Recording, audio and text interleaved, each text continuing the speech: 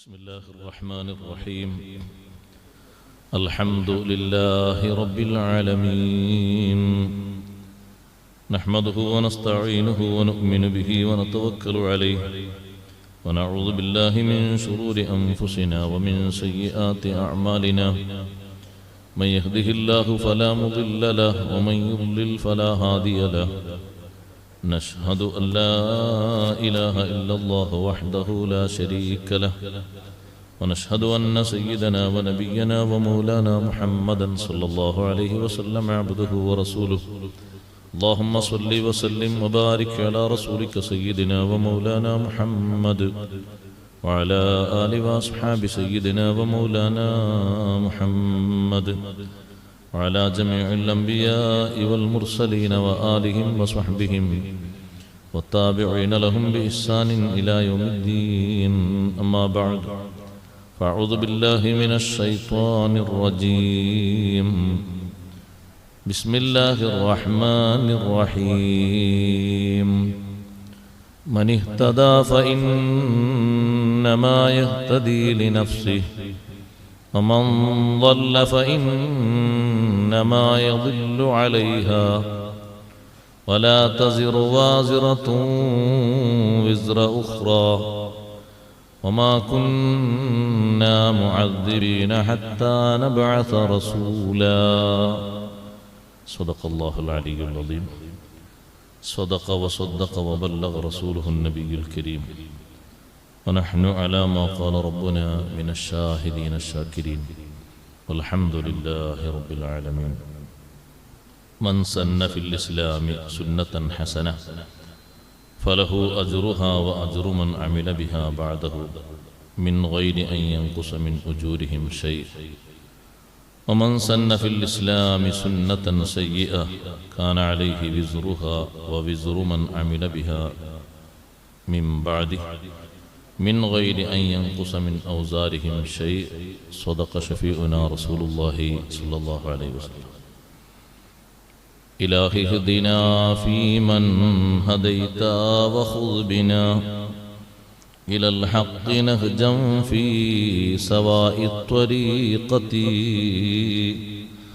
وكن شغلنا عن كل شغل وهمنا، وبغيتنا عن كل هم وبغيتي،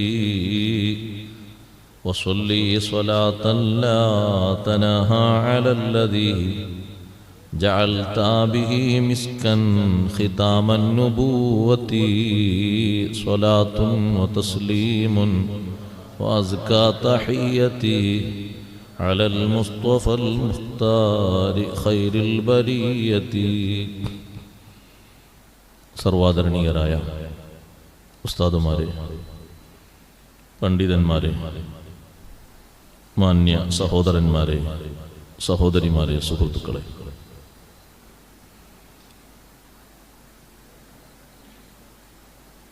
അള്ളാഹുവിൻ്റെ മഹത്തായ അനുഗ്രഹത്താൽ സൂറത്തുൽ ഇസ്രായിലെ ഒരുപാട് വിഷയങ്ങൾ പഠിപ്പിക്കുന്ന 15ാം സൂക്തമാണ് നാം ഇന്ന് ചർച്ചയ്ക്ക് വിധേയമാക്കുന്നത്. പരിശുദ്ധ ഖുർആൻ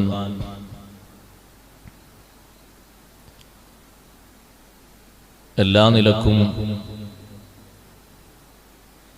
മാർഗദർശനം നൽകുന്ന ഏറ്റവും വലിയ നല്ല വഴികൾ കാണിച്ചു തരുന്ന പരിശുദ്ധ ഖുർആനിൽ അല്ലാഹു സുബ്ഹാനഹു വ തആല മനുഷ്യന്റെ ഇഹപര വിജയങ്ങൾ, പരാജയങ്ങൾ,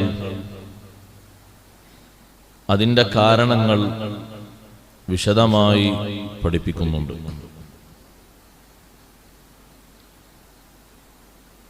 വിജയത്തിൻ്റെ ഏറ്റവും വലിയ കാരണം ഹിദായത്താണ്. ഹിദായത്തുണ്ടെങ്കിൽ മാത്രമേ വിജയിക്കാൻ കഴിയൂ.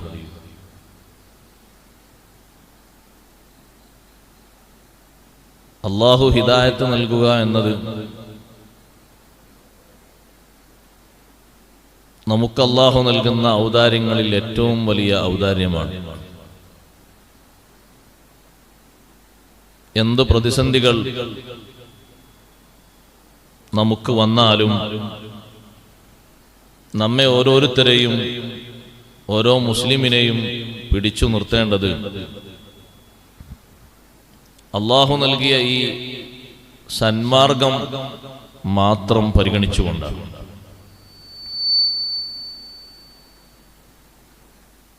മാർഗഭ്രംശത്തിൽ ചേരാതെ ലക്ഷ്യത്തിലേക്ക് നീങ്ങുന്ന ഒരു മുസ്ലിം അല്ലാഹു നൽകിയ ഹിദായത്തിനെ പരിപോഷിപ്പിച്ചെടുക്കാനാണ് ഈ ചുരുങ്ങിയ കാല ജീവിതം. ആ നേർവഴി നാം പ്രാപിച്ചു എന്നത് നമുക്ക് ബോധ്യമാകും വിധം നമ്മുടെ സ്വഭാവങ്ങളും സംസ്കാരങ്ങളും കണ്ടും കേട്ടും പഠിച്ചും ശീലിക്കുന്ന ആളുകൾ നന്നാവുക എന്നത് അതിൻ്റെ ഒരു കാരണമാണ്. സ്വഹാബത്തും താബിഉകളും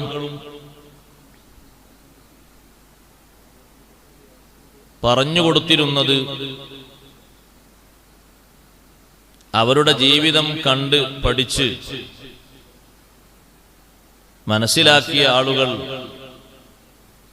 അതേപടി ഉൾക്കൊള്ളുകയും ആ വഴിയിൽ നീങ്ങുകയും ചെയ്തു. കുറഞ്ഞ ഉപദേശങ്ങളാണ് അവർക്ക് നൽകിയിരുന്നത്. പിന്നീട് ഉപദേശങ്ങൾ കൂടിക്കൂടി വന്നു. അതിനനുസരിച്ച് ഹിദായത്തിന്റെ വലുപ്പവും കുറഞ്ഞു വന്നു. ഏറ്റവും വലിയ പ്രതിസന്ധികൾ ലോകത്ത് സഹിച്ച ഔലിയാ സ്വഹാബത്താണ്. അവരെപ്പോലെ പ്രതിസന്ധി തരണം ചെയ്ത, പ്രാരാബ്ധവും പട്ടിണിയും അതുപോലെ തന്നെ ശത്രുക്കളുടെ പീഡനങ്ങളും ബഹിഷ്കരണങ്ങളും അതുപോലെ തരണം ചെയ്ത മറ്റൊരു വിഭാഗത്തെ നമുക്ക് കാണാൻ കഴിയില്ല. പക്ഷെ അതെല്ലാം സഹിക്കാൻ മാത്രം വലിയ ഹിദായത്തായിരുന്നു സ്വഹാബത്തിന് അല്ലാഹു നൽകിയ ഹിദായത്ത്. പട്ടിണി കിടന്ന് പരിശുദ്ധ ദീനിന് വേണ്ടി നടത്തിയ വലിയൊരു സേവനമാണ് ഖന്തഖിലെ സേവനം. ഓരോരുത്തർക്കും നിശ്ചിത അളവ് ഇട്ടുകൊടുത്തുകൊണ്ട് ഹബീബ് സല്ലല്ലാഹു അലൈഹി വസല്ലമ തങ്ങൾ ഓരോരുത്തരുടെയും കുഴിക്കേണ്ട നീളവും വീതിയും കണക്കാക്കി കൊടുത്ത് കുറച്ചു കഴിഞ്ഞ് വന്നു നോക്കുമ്പോൾ വിശപ്പ് സഹിച്ചും ഒരാളും ആ കുഴിയിൽ നിന്ന് മാറി നിന്ന് കുറച്ചു നേരം ഞാനൊന്ന് ക്ഷീണം മാറ്റട്ടെ എന്ന് കരുതുന്നതിന് പകരം അവരിൽ നിന്ന് തങ്ങൾ കേൾക്കുന്നത് അല്ലാഹുമ്മ ലൗലാ അൻത മഹ്തദൈന ലാ തസദ്ദഖ്നാ വലാ സ്വല്ലൈനാ ഫഅൻസിലൻ സകീനതൻ അലൈനാ വസബ്ബിതിൽ അഖ്ദാമ ഇല്ലാ ഖൈനാ. അവർ പറയുന്നത് ഭക്ഷണം കിട്ടിയിട്ടില്ല, ഇന്നലെയും മിനിയാന്നൊന്നും കിട്ടിയിട്ടില്ല. രാവിലെ ഇങ്ങോട്ട് വരുമ്പോൾ ഓരോരുത്തർക്കും വിതരണം ചെയ്ത ഓരോ കാരക്ക, അത് എപ്പോഴെങ്കിലൊക്കെ മധുരം കിട്ടുന്ന കുട്ടികൾ ഒന്ന് കിട്ടിയാൽ കുറെ നേരം അതങ്ങനെ കഴിച്ചുകൊണ്ടിരിക്കും. എപ്പോഴും കിട്ടുന്നവർക്ക് പിന്നെ അത് പ്രശ്നമാകൂല, അത് ഉടനെ അവര് കടിച്ചു മുറിച്ച് തിന്നുകളയും. സ്വഹാബത്ത് ഒരു ചുള കാരക്ക അതങ്ങനെ വായിലിട്ട് അതിന്റെ മധുരം അങ്ങനെ ആസ്വദിച്ചു കൊണ്ടിരിക്കുക. വിശപ്പും ദാഹവും ഒക്കെ അതിലൂടെ ശമിച്ചു. കട്ടിയുള്ള ഭക്ഷണമൊന്നുമില്ല, എന്നാലും അവരുടെ മനസ്സിലുള്ള സന്തോഷം, അല്ലാഹുവേ നീ തന്ന ഹിദായത്ത് കൊണ്ടാണ് ഈ കർമ്മങ്ങളൊക്കെ ചെയ്യുന്നത്. നിസ്കാരം, സ്വദഖ, ഈ സേവനം, അതിൻ്റെ ഒക്കെ കാരണം നീ നൽകിയ ഹിദായത്താണ്. എത്ര കൂട്ടുകാരുണ്ട് ഞങ്ങൾക്ക്, പലരെയും ഇവിടെ കാണുന്നില്ല, ജീവിക്കാൻ എമ്പാടും സൗകര്യവും സ്വത്തുള്ളവർ, പക്ഷെ നീ അവർക്ക് ഹിദായത്ത് നൽകിയിട്ടില്ല. നീ തന്ന ഹിദായത്ത് കൊണ്ടാണ് ഞങ്ങൾ ഇവിടെ സജീവമായി പ്രവർത്തിക്കുന്നത്. ആ ഹിദായത്ത് മുൻനിർത്തിയിട്ട് അവർ ചോദിക്കുകയാണ്, ഫഅൻസിലൻ സകീനതൻ അലൈനാ വസബ്ബിതിൽ അഖ്ദാമ ഇൻ ലാഖൈനാ, ഞങ്ങൾക്ക് നീ മനസ്സമാധാനം തരണം. ഞങ്ങൾ ശത്രുക്കളുമായി ഏറ്റുമുട്ടുമ്പോൾ ഞങ്ങൾക്ക് പതറിപ്പോകാൻ പാടില്ല.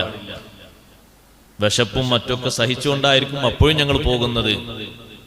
നല്ല സ്ഥൈര്യം ഞങ്ങൾക്ക് നീ തരണം.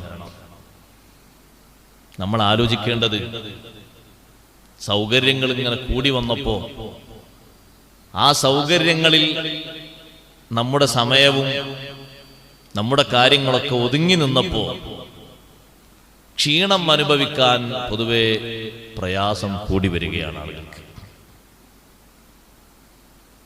സുഖങ്ങൾ കൂടിയപ്പോൾ സമയം മിച്ചമുണ്ട്, പക്ഷേ ആ സമയങ്ങൾ ഉപയോഗപ്പെടുത്തിയിട്ട് അള്ളാഹു നിശ്ചയിച്ചിരുന്ന ഇബാദത്തിലേക്ക് നടന്നെടുക്കാൻ ആളുകൾക്ക് മടുപ്പ്,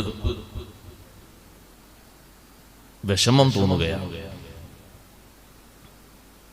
അവനവന്റെ ജീവിത കാര്യങ്ങൾക്ക് വേണ്ടി, ചുറ്റുപാടുകൾക്ക് വേണ്ടി ഇറങ്ങിത്തിരിക്കാൻ ഒരു വൈമനസ്യവും ഇല്ല. 5 വക്തിലും അങ്ങാടിയിൽ പോയാലും ഒരു വക്തിലും പള്ളിയിൽ വരില്ല. കാരണം പള്ളിയിൽ വന്നാൽ ഒരു പക്ഷേ രോഗം പടരുമോ എന്നുള്ള പേടിയുണ്ട്. അതുകൊണ്ട് സുരക്ഷിതമായിട്ട് വീട്ടിൽ തന്നെ നിൽക്കുക. അപ്പോൾ പിന്നെ പുറത്തിറങ്ങിയതോ അത് പിന്നെ ആവശ്യത്തിന് വേണ്ടി പോയതാണ്. എന്നാ പിന്നെ പരിഗണിക്കേണ്ട ഏറ്റവും വലിയ ആവശ്യം ആളുകൾ കുറവാന്ന് കരുതിയിട്ട് നാ സുബഹിക്കൊന്നു പോയോക്കെ, അതുമില്ല. ക്ഷീണം അനുഭവിക്കാൻ, വിഷമം തരണം ചെയ്യാൻ, പ്രതിസന്ധി മറികടക്കാൻ ആളുകൾക്ക് മനസ്സ് കുറഞ്ഞു കുറഞ്ഞു കുറഞ്ഞു പോകുന്നത് ഹിദായത്തിന്റെ കുറവിനെ സൂചിപ്പിക്കും. നല്ല തണുപ്പ് വന്നു നോക്കട്ടെ, വീടുകളൊക്കെ ഒന്ന് കയറി ഒരു വീട്ടിലെ കൂട്ടുകാരനെ കിട്ടി ചോദിച്ചാൽ, മോനെ ഇന്നലെ രാത്രി നല്ല തണുപ്പായിരുന്നു, എങ്ങനെ ഉണ്ടായിരുന്നു രാവിലെ സുബഹി? അത് ഉസ്താദേ, തണുപ്പായതുകൊണ്ട് എല്ലാവരെയും വിളിച്ചു നിർത്തുന്നത് ഉമ്മയും, ഉമ്മ വാപ്പാൻ എല്ലാവരും വിളിച്ചു നിർത്തും. പക്ഷെ ഇന്നലെ തണുപ്പായതുകൊണ്ട് ഞങ്ങൾ മൊത്തത്തിൽ അങ്ങ് ഉറങ്ങാൻ പോയി.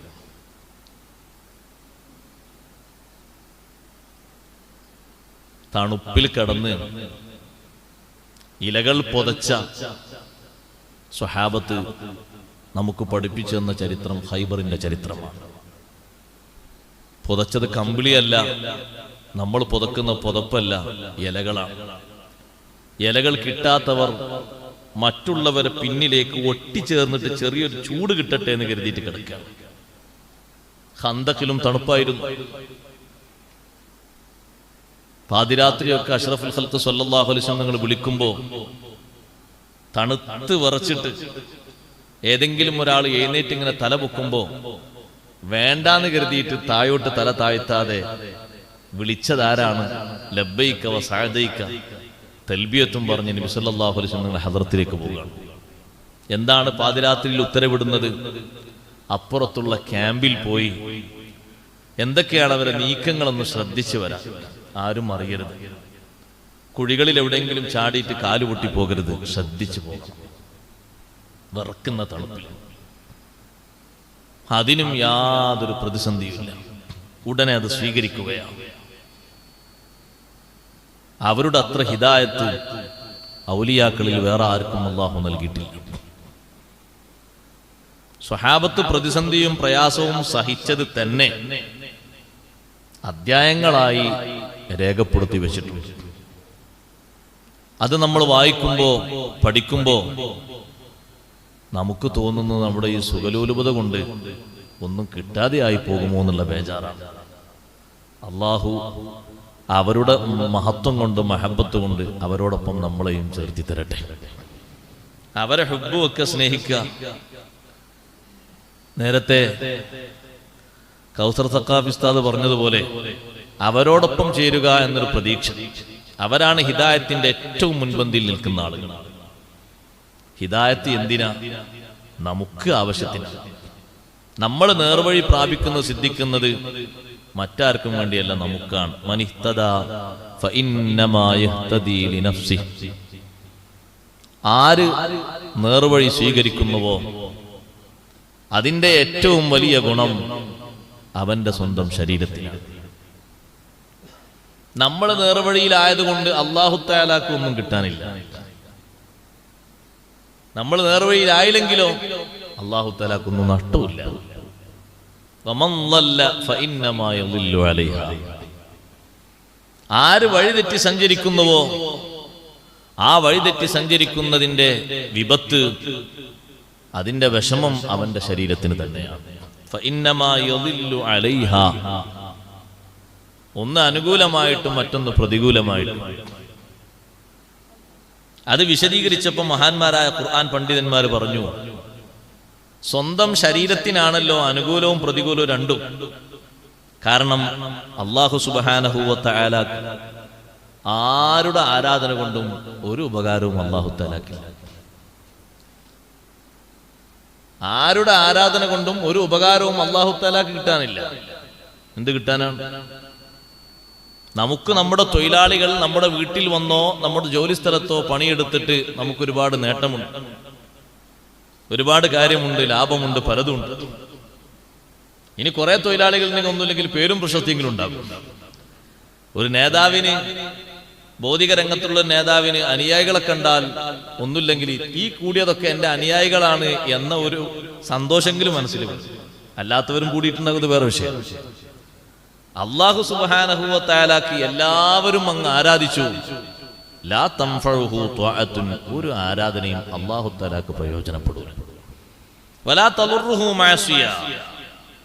ഒരു ദോഷവും റബ്ബ് തആലാക്ക് ഉപദ്രവമേൽപ്പിക്കൂല. എല്ലാവരും അങ്ങ് തെറ്റ് ചെയ്തു, അല്ലാഹു തആലാക്ക് എന്ത് വരാനാണ്? ഖുദ്സിയായ ഹദീസിലൂടെ അല്ലാഹു പഠിപ്പിച്ചില്ലേ, ലൗ അന്ന അവ്വലക്കും വ ആഖിറക്കും വ ഇൻസക്കും വ ജിന്നക്കും കാനൂ അലാ അത്ഖാ ഖൽബി റജുലിൻ മിൻകും മാ സാദ ദാലിക ഫീ മുൽക്കി ശൈആ. നിങ്ങളിൽ പൂർവികരും പിൽക്കാലക്കാരും മനുഷ്യരും ഭൂതവർഗവും എല്ലാവരും ഏറ്റവും വലിയ അത്ഖ, ഏറ്റവും വലിയ തഖ്വയുള്ള മഹാൻ അതാരാ? അഷ്റഫുൽ ഖൽഖ് സ്വല്ലല്ലാഹു അലൈഹി വസല്ലം. തങ്ങളുടെ അതേ മനസ്ഥിതിയിൽ തഖ്വയുള്ളവരായി എങ്കിൽ മാ സാദ ഫീ ദാലിക ഫീ മുൽക്കി ശൈആ. അതുകൊണ്ട് എന്റെ അധികാരത്തിനൊരു പവറും കൂടാനില്ല. ഈ കോടിക്കണക്കിന് ആളുകൾ, ജിന്നുകൾ, അവരെല്ലാവരും കൂടിയിട്ട് മുത്തഖീങ്ങളായി മാറിയാൽ അല്ലാഹു തആലാക്കൊന്നും കൂടാനില്ല. നേരെ തിരിച്ചും, ലൗ അന്ന അവ്വലക്കും വ ആഖിറക്കും വ ഇൻസക്കും വ ജിന്നക്കും കാനൂ അലാ അഫ്ജരി ഖൽബി റജുലിൻ മിൻകും മാ നഖസ ദാലിക മിൻ മുൽക്കി ശൈആ.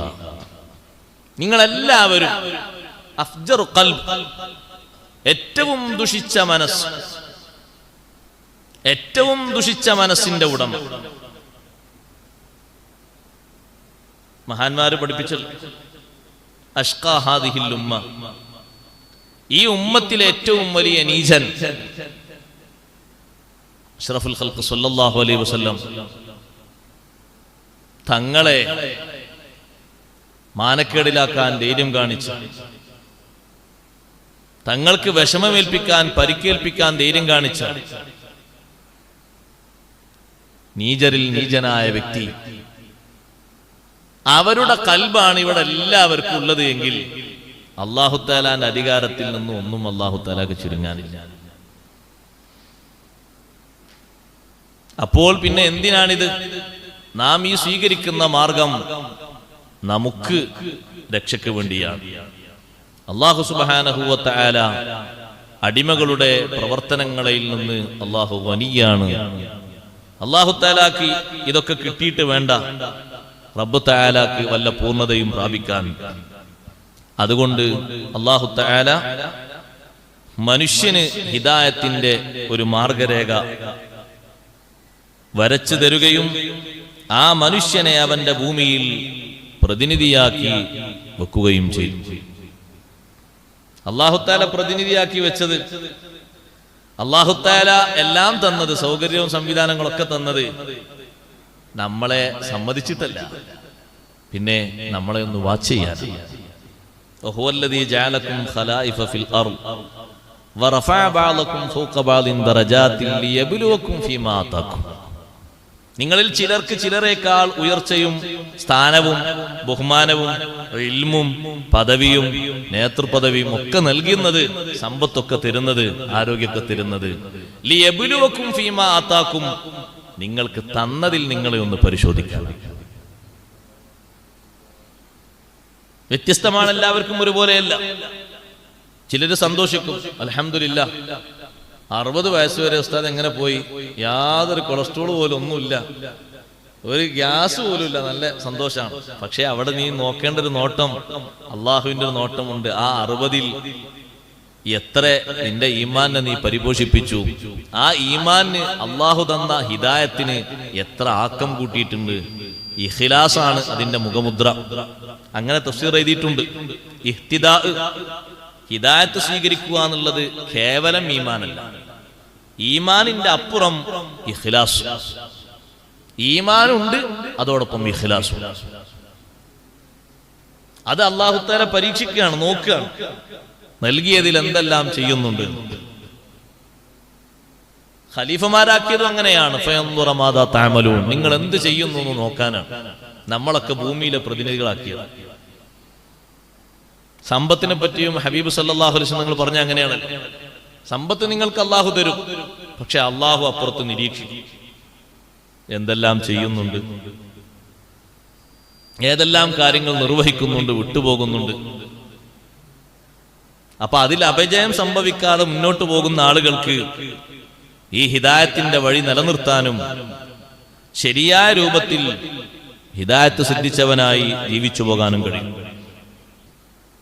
അള്ളാഹു മനുഷ്യനെ സൃഷ്ടിക്കുന്നതിന് മുമ്പ് ആ മനുഷ്യന്റെ ജീവിതത്തിന്റെ നിലനിൽപ്പുകൾ, ഭൂമി, ആകാശം, സൂര്യൻ, ചന്ദ്രൻ, അതുപോലെ തന്നെ ഹവ, പർവ്വതങ്ങൾ, വെള്ളം, എല്ലാം അല്ലാഹു തആല പടച്ചു മനുഷ്യനെ സംവിധാനിക്കുന്നതിന്റെ മുമ്പ്. അപ്പൊ അല്ലാഹു സുബ്ഹാനഹു വ തആല സൃഷ്ടികളെ സൃഷ്ടിക്കുന്നതിന്റെ മുമ്പ് തന്നെ റബ്ബ് തആല എല്ലാ ചരാചരങ്ങളെയും പടക്കുന്നതിന് മുമ്പ് തന്നെ അല്ലാഹു തആല പരിപൂർണനാണ്.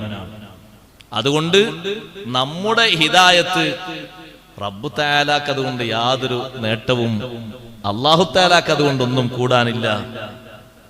നമ്മുടെ മാസിയത്ത് കൊണ്ട് അല്ലാഹു തആലാക്കൊന്നും ചുരുങ്ങാനുമില്ല. മനിഹ്തദാ ഫഇന്നമാ യഹ്തദീ ലിനഫ്സിഹി, ആര് ഹിദായത്ത് സ്വീകരിക്കുന്നുവോ, ഹിദായത്ത് സിദ്ധിക്കുന്നുവോ, പ്രാപിക്കുന്നുവോ, അതിന്റെ ശരിയായ ഗുണം, നേട്ടം അവന്റെ ശരീരത്തിനാണ്. അപ്പോൾ പിന്നെ അവിടെ ഒരു ചോദ്യം ഖുർആൻ മുഫസ്സിറുകൾ ചോദിക്കുന്നുണ്ട്, അല്ലാഹു തആലാക്ക് പിന്നെ ഇതുകൊണ്ടൊന്നും കിട്ടാനില്ലെങ്കിൽ പിന്നെന്തിനാ ഇപ്പൊ ഈ കീർത്തനകളൊക്കെ? കുറെ തക്ലീഫാത്തുണ്ടല്ലോ, അത് ചെയ്യണം, ഇത് ചെയ്യണം, മറ്റേത് ചെയ്യണം, മറിച്ചത് ചെയ്യണം. ഒന്നും അല്ലാഹു തആലാക്ക് കിട്ടാനില്ലെങ്കിൽ പിന്നെന്തിനാണിത്? മഹാന്മാരായ പണ്ഡിതന്മാർ പറഞ്ഞു, അല്ലാഹു തആല കീർത്തനകൾ വെച്ചത് അവന്റെ അടിമകളുടെ ആവശ്യത്തിന്, അവരെ പുരോഗതിക്ക്, അവരുടെ ജീവിതത്തിന്റെ ചലനം നല്ല രൂപത്തിൽ മുന്നോട്ട് കൊണ്ടുപോകാൻ വേണ്ടിയാണ് അല്ലാഹു തആല സഞ്ചരിക്കാനുള്ള ഒരു റൂട്ട് ശരിയാക്കി ക്ലിയറാക്കി തന്നത്. ആ റൂട്ടിലൂടെ, ആ ശൈലിയിലൂടെ തന്നെ പോകണം. കാരണം അവനാണ് നമ്മെ സൃഷ്ടിച്ച് സംവിധാനിച്ചത്, അവൻ തന്നെയാണ് റൂട്ട് ഒരുക്കി തന്നത്. അപ്പൊ ആ റൂട്ടിൽ നിന്ന് മാറാൻ പറ്റൂല. നമ്മെ സൃഷ്ടിച്ചവനാണല്ലോ നമ്മെ പറ്റി കൂടുതൽ അറിയുന്നവൻ. അലാ യഅലമു മൻ ഖലഖ വഹുവൽ ലത്തീഫുൽ ഖബീർ. യഅലമു മൻ ഖലഖ, ആരാണ് മനുഷ്യനെ കുറിച്ച് അറിയുന്നത്? മൻ ഖലഖ്, സംവിധാനിച്ചതാരാ, സൃഷ്ടിച്ചതാരാ, അവനറിയും. അവനെല്ലാം അറിയാനുള്ള കഴിവ്. വഹുവൽ ലത്തീഫുൽ ഖബീർ, പുറത്തുള്ളതും ഉള്ളിലുള്ളതും സൂക്ഷ്മമായതും എല്ലാം അവൻ അറിയുന്നവനാണ്. അപ്പൊ ആ റബ്ബ് തആലയാണ് നമ്മെപ്പറ്റി എല്ലാ നിലക്കും അറിയുന്നവൻ. നമ്മുടെ മസ്ലഹത്തും നമ്മുടെ പുരോഗതിയും വിജയവും അറിയുന്നവൻ നമുക്കൊരു റൂട്ട് വരച്ച് കാണിച്ചു. നമ്മൾ ഈ മുന്നോട്ട് കൊണ്ടുപോകുന്ന നമ്മുടെ ഈ മാർഗരേഖ ഒരു മനുഷ്യന്റെ പ്ലാനും മനുഷ്യന്റെ രൂപരേഖയുമാണെങ്കിൽ ഇതെന്നോ ആളുകൾ വലിച്ചെറിയുകയും തള്ളിപ്പറയുകയും അവജ്ഞയോടെ തുപ്പിക്കളയുകയും ചെയ്യും. പക്ഷേ അല്ലാഹു സുബ്ഹാനഹു വ തആല നൽകിയ ഈ റൂട്ട് ഇത് ആർക്കും എതിർക്കാൻ പറ്റാത്ത, ആർക്കും ചോദ്യം ചെയ്യാൻ പറ്റാത്ത ക്ലിയറായ റൂട്ടായതുകൊണ്ട്, നമ്മെ സൃഷ്ടിച്ചവൻ നമുക്ക് നൽകിയ റൂട്ടായതുകൊണ്ട് ഇത് സ്വീകരിക്കുമ്പോഴാണ് നമ്മൾ പരിപൂർണതയിലേക്ക് എത്തിച്ചേരുന്നത്. അപ്പൊ അതിനു വേണ്ടി അല്ലാഹു തആല കുറെ ഹുക്കുമുകൾ വെച്ചു, അതേപോലെ തന്നെ കുറെ നിയമങ്ങൾ വെച്ചു. ആ നിയമങ്ങൾ നേരത്തെ അല്ലാഹു തആല നടപ്പിലാക്കുകയും പിന്നീട് ഘട്ടം ഘട്ടമായി അത് പഠിപ്പിച്ചു തരുകയും ചെയ്തു. നമ്മളൊരാളോടൊരു കാര്യം കൽപ്പിച്ച് ഇന്നതുപോലെ ചെയ്യണം, മാറ്റം ചെയ്യരുത് എന്ന് പറഞ്ഞു. രാവിലെ നമ്മൾ കൽപ്പന കൊടുത്തു പോയി, വൈകുന്നേരം വന്ന് നോക്കുമ്പോൾ നമ്മൾ കൽപ്പിച്ചതിൽ നിന്ന് ഒരുപാട് മാറിയിട്ടുണ്ട്. ചെറിയ ചെറിയ വീഴ്ചകളൊക്കെ കാണുന്നുണ്ട്, അല്ലെങ്കിൽ വേണ്ട രൂപത്തിൽ അധ്വാനമായിട്ടില്ല. എന്നാൽ എന്തായിരിക്കും നമ്മുടെ അവസ്ഥ? നമുക്കവിടെ കോപം വരും. ഇവിടെയും റബ്ബ് തആല സഹിക്കുകയാണ്. ഖാലിഖായ റബ്ബ് അവന്റെ അടിമകൾക്കുള്ള വീഴ്ചകളും കാര്യങ്ങളൊക്കെ അല്ലാഹു തആല സഹിച്ച് ഈ പ്രതിസന്ധിയിൽ നിന്ന് അവരെ തിരുത്തിയിട്ട് വീണ്ടും അവർക്ക് രക്ഷപ്പെടാനുള്ള വഴികൾ പഠിപ്പിച്ചുകൊണ്ടിരിക്കുകയാണ്. അപ്പൊ ആളുകൾ ഇങ്ങനെ വീണ്ടും വീണ്ടും പുതുതായി നന്നായി വരും. നമ്മെ അല്ലാഹു തആല ശ്രദ്ധിക്കുന്നുണ്ട്, നമ്മെ അല്ലാഹു തആല നോക്കുന്നുണ്ട് എന്നതിന്റെ തെളിവാണ് നമ്മുടെ ആവശ്യങ്ങളൊക്കെ നിർവഹിക്കപ്പെടുന്നതും വേണ്ടതൊക്കെ അല്ലാഹു തആല ഓരോന്നും ഇങ്ങനെ തരുന്നതും. അതുകൊണ്ട് റബ്ബ് തആല പഠിപ്പിച്ച ഈ മാർഗത്തിൽ നിന്ന് മാറാതെ റബ്ബിന്റെ നിയമങ്ങൾ അത് സ്വീകരിച്ചുകൊണ്ട് മുന്നോട്ട് പോവുക. അപ്പോഴാണ് ഹിദായത്തിന്റെ വഴിയിൽ നമ്മൾ ഉറച്ചു നിൽക്കുന്നവർ. മാറാതെ ഉറച്ചു നിൽക്കുക ആ വഴിയിൽ. എപ്പോഴാണ് അങ്ങനെ ഉറച്ചു നിന്ന് നമ്മുടെ ശരീരത്തിന്റെ വൈകല്യങ്ങളൊക്കെ നീക്കി വേണ്ട അറിവുകളൊക്കെ സമ്പാദിച്ച് നമ്മൾ അങ്ങനെ മുന്നോട്ട് നീങ്ങുമ്പോൾ മനിഹ്തദാ ഫഇന്നമാ യഹ്തദീ ലിനഫ്സിഹി, ഹിദായത്ത് സ്വീകരിക്കുന്ന ആള് സ്വന്തം ശരീരത്തിന്റെ നന്മക്ക് വേണ്ടി ആ ഹിദായത്ത് ഉൾക്കൊണ്ടുകൊണ്ട് അവൻ അങ്ങനെ നടക്കുമ്പോ നിന്റെ ഹിദായത്ത് നീ സ്വീകരിച്ച നല്ല വഴി നിന്നെ കാണുന്നവരൊക്കെ ആ വഴിയുടെ പിന്നാലെ കൂടും. നിന്നെ കേൾക്കുന്നവരും നിന്നെ സ്വീകരിക്കുന്നവരും നീ ഉൾക്കൊള്ളുന്ന വഴിയുടെ പിന്നാലെ വരും. അതുകൊണ്ടാണ് ഖുർആൻ പണ്ഡിതന്മാര് പഠിപ്പിച്ചത്, ശരിയായി ഹിദായത്ത് സ്വീകരിച്ച ആളാണെങ്കിൽ, അള്ളാഹു അയാൾക്ക് നൽകിയ ഹിദായത്തിനെ കുറിച്ച് നല്ല ബോധമുണ്ടെങ്കിൽ, ഹിദായത്തിന്റെ വഴിയിലേക്ക് എത്താത്ത അല്ലെങ്കിൽ അതിൽ നിന്ന് തെറിച്ചുപോയ ആളുകളെ കാണുമ്പോൾ അവരോട് വിരോധം തോന്നുകയില്ല. കുറ്റകൃത്യങ്ങൾ ചെയ്യുന്ന ആളുകളെ, റൂട്ട് മാറിയ ആളുകളെ കണ്ടാൽ എന്തായിരിക്കും നമ്മുടെ സ്വഭാവം? നമുക്കവരോട് വെറുപ്പ്, അല്ലെങ്കിൽ അവരെ കാണുമ്പോൾ നമ്മൾ നോക്കുമ്പോൾ തന്നെ അവരോട് വെറുപ്പ്. കുറച്ചുകൂടി വെറുപ്പ് കൂടുമ്പോൾ അവർക്ക് പ്രതികൂലമായൊരു പ്രാർത്ഥന, ഇവരൊക്കെ നശിക്കട്ടെ, തൊലയട്ടെ എന്ന നിലയ്ക്ക് നമ്മൾ അവരെ കുറിച്ച് അങ്ങനെ കാണുകയാണെങ്കിൽ അത് വീണ്ടും രംഗം വഷളാക്കുകയേ ചെയ്യുള്ളൂ. നമ്മളൊരു എന്തെങ്കിലും ഒരു ഓട്ടയായ ഒരു തുണി, ആ തുണി തുന്നി റെഡിയാക്കി ഭദ്രമാക്കുമ്പോഴാണ് അതിന്റെ ഓട്ട അടക്കാൻ കഴിയുക. നമ്മുടെ ഈ വിമർശനം കൊണ്ട് ആ വൈകല്യം വികസിപ്പിക്കാനേ സാധിക്കുകയുള്ളൂ. അപ്പോൾ പിന്നെ ആ മനുഷ്യനെ നന്നാക്കാൻ യഥാർത്ഥ ഹിദായത്ത് സ്വീകരിച്ച ആളാണെങ്കിൽ അയാൾ എന്തു ചെയ്യും? ആ തെറ്റിപ്പോയ മനുഷ്യന് ഹിദായത്ത് കൊണ്ട് പ്രാർത്ഥിക്കും. അവനെ വെറുക്കൂല, അവൻ ആ വഴിയിലേക്ക് കൊണ്ടുവരും. എന്നിട്ട് പിന്നെ അവന്റെ ജീവിതം നന്നായി കണ്ടതായി സുഖിക്കും. യഥാർത്ഥ ഹിദായത്ത് നേടിയ ആള്, അള്ളാഹു നമുക്ക് ഹിദായത്തിൽ വലിയ മുൻപന്തിയിലെത്താൻ അള്ളാഹു തൗഫീഖ് നൽകട്ടെ. നമ്മളതിന്റെ ചെറിയൊരു ഓരത്താണുള്ളത്. നിങ്ങൾ നോക്ക്, ബഹുമാനപ്പെട്ട സുൽത്താനുൽ ആരിഫീൻ അഹ്മദുൽ കബീർ ദിഫായി ഖദ്ദസല്ലാഹു സിർറഹുൽ അസീസ് തങ്ങൾ ഓരോ ദിവസവും മഹാനവർകൾ വ്യത്യസ്ത കാഴ്ചകൾ കാണും. മനുഷ്യരിലുള്ള കാഴ്ചകൾ. ഒരു ദിവസം പോയി നോക്കുമ്പോ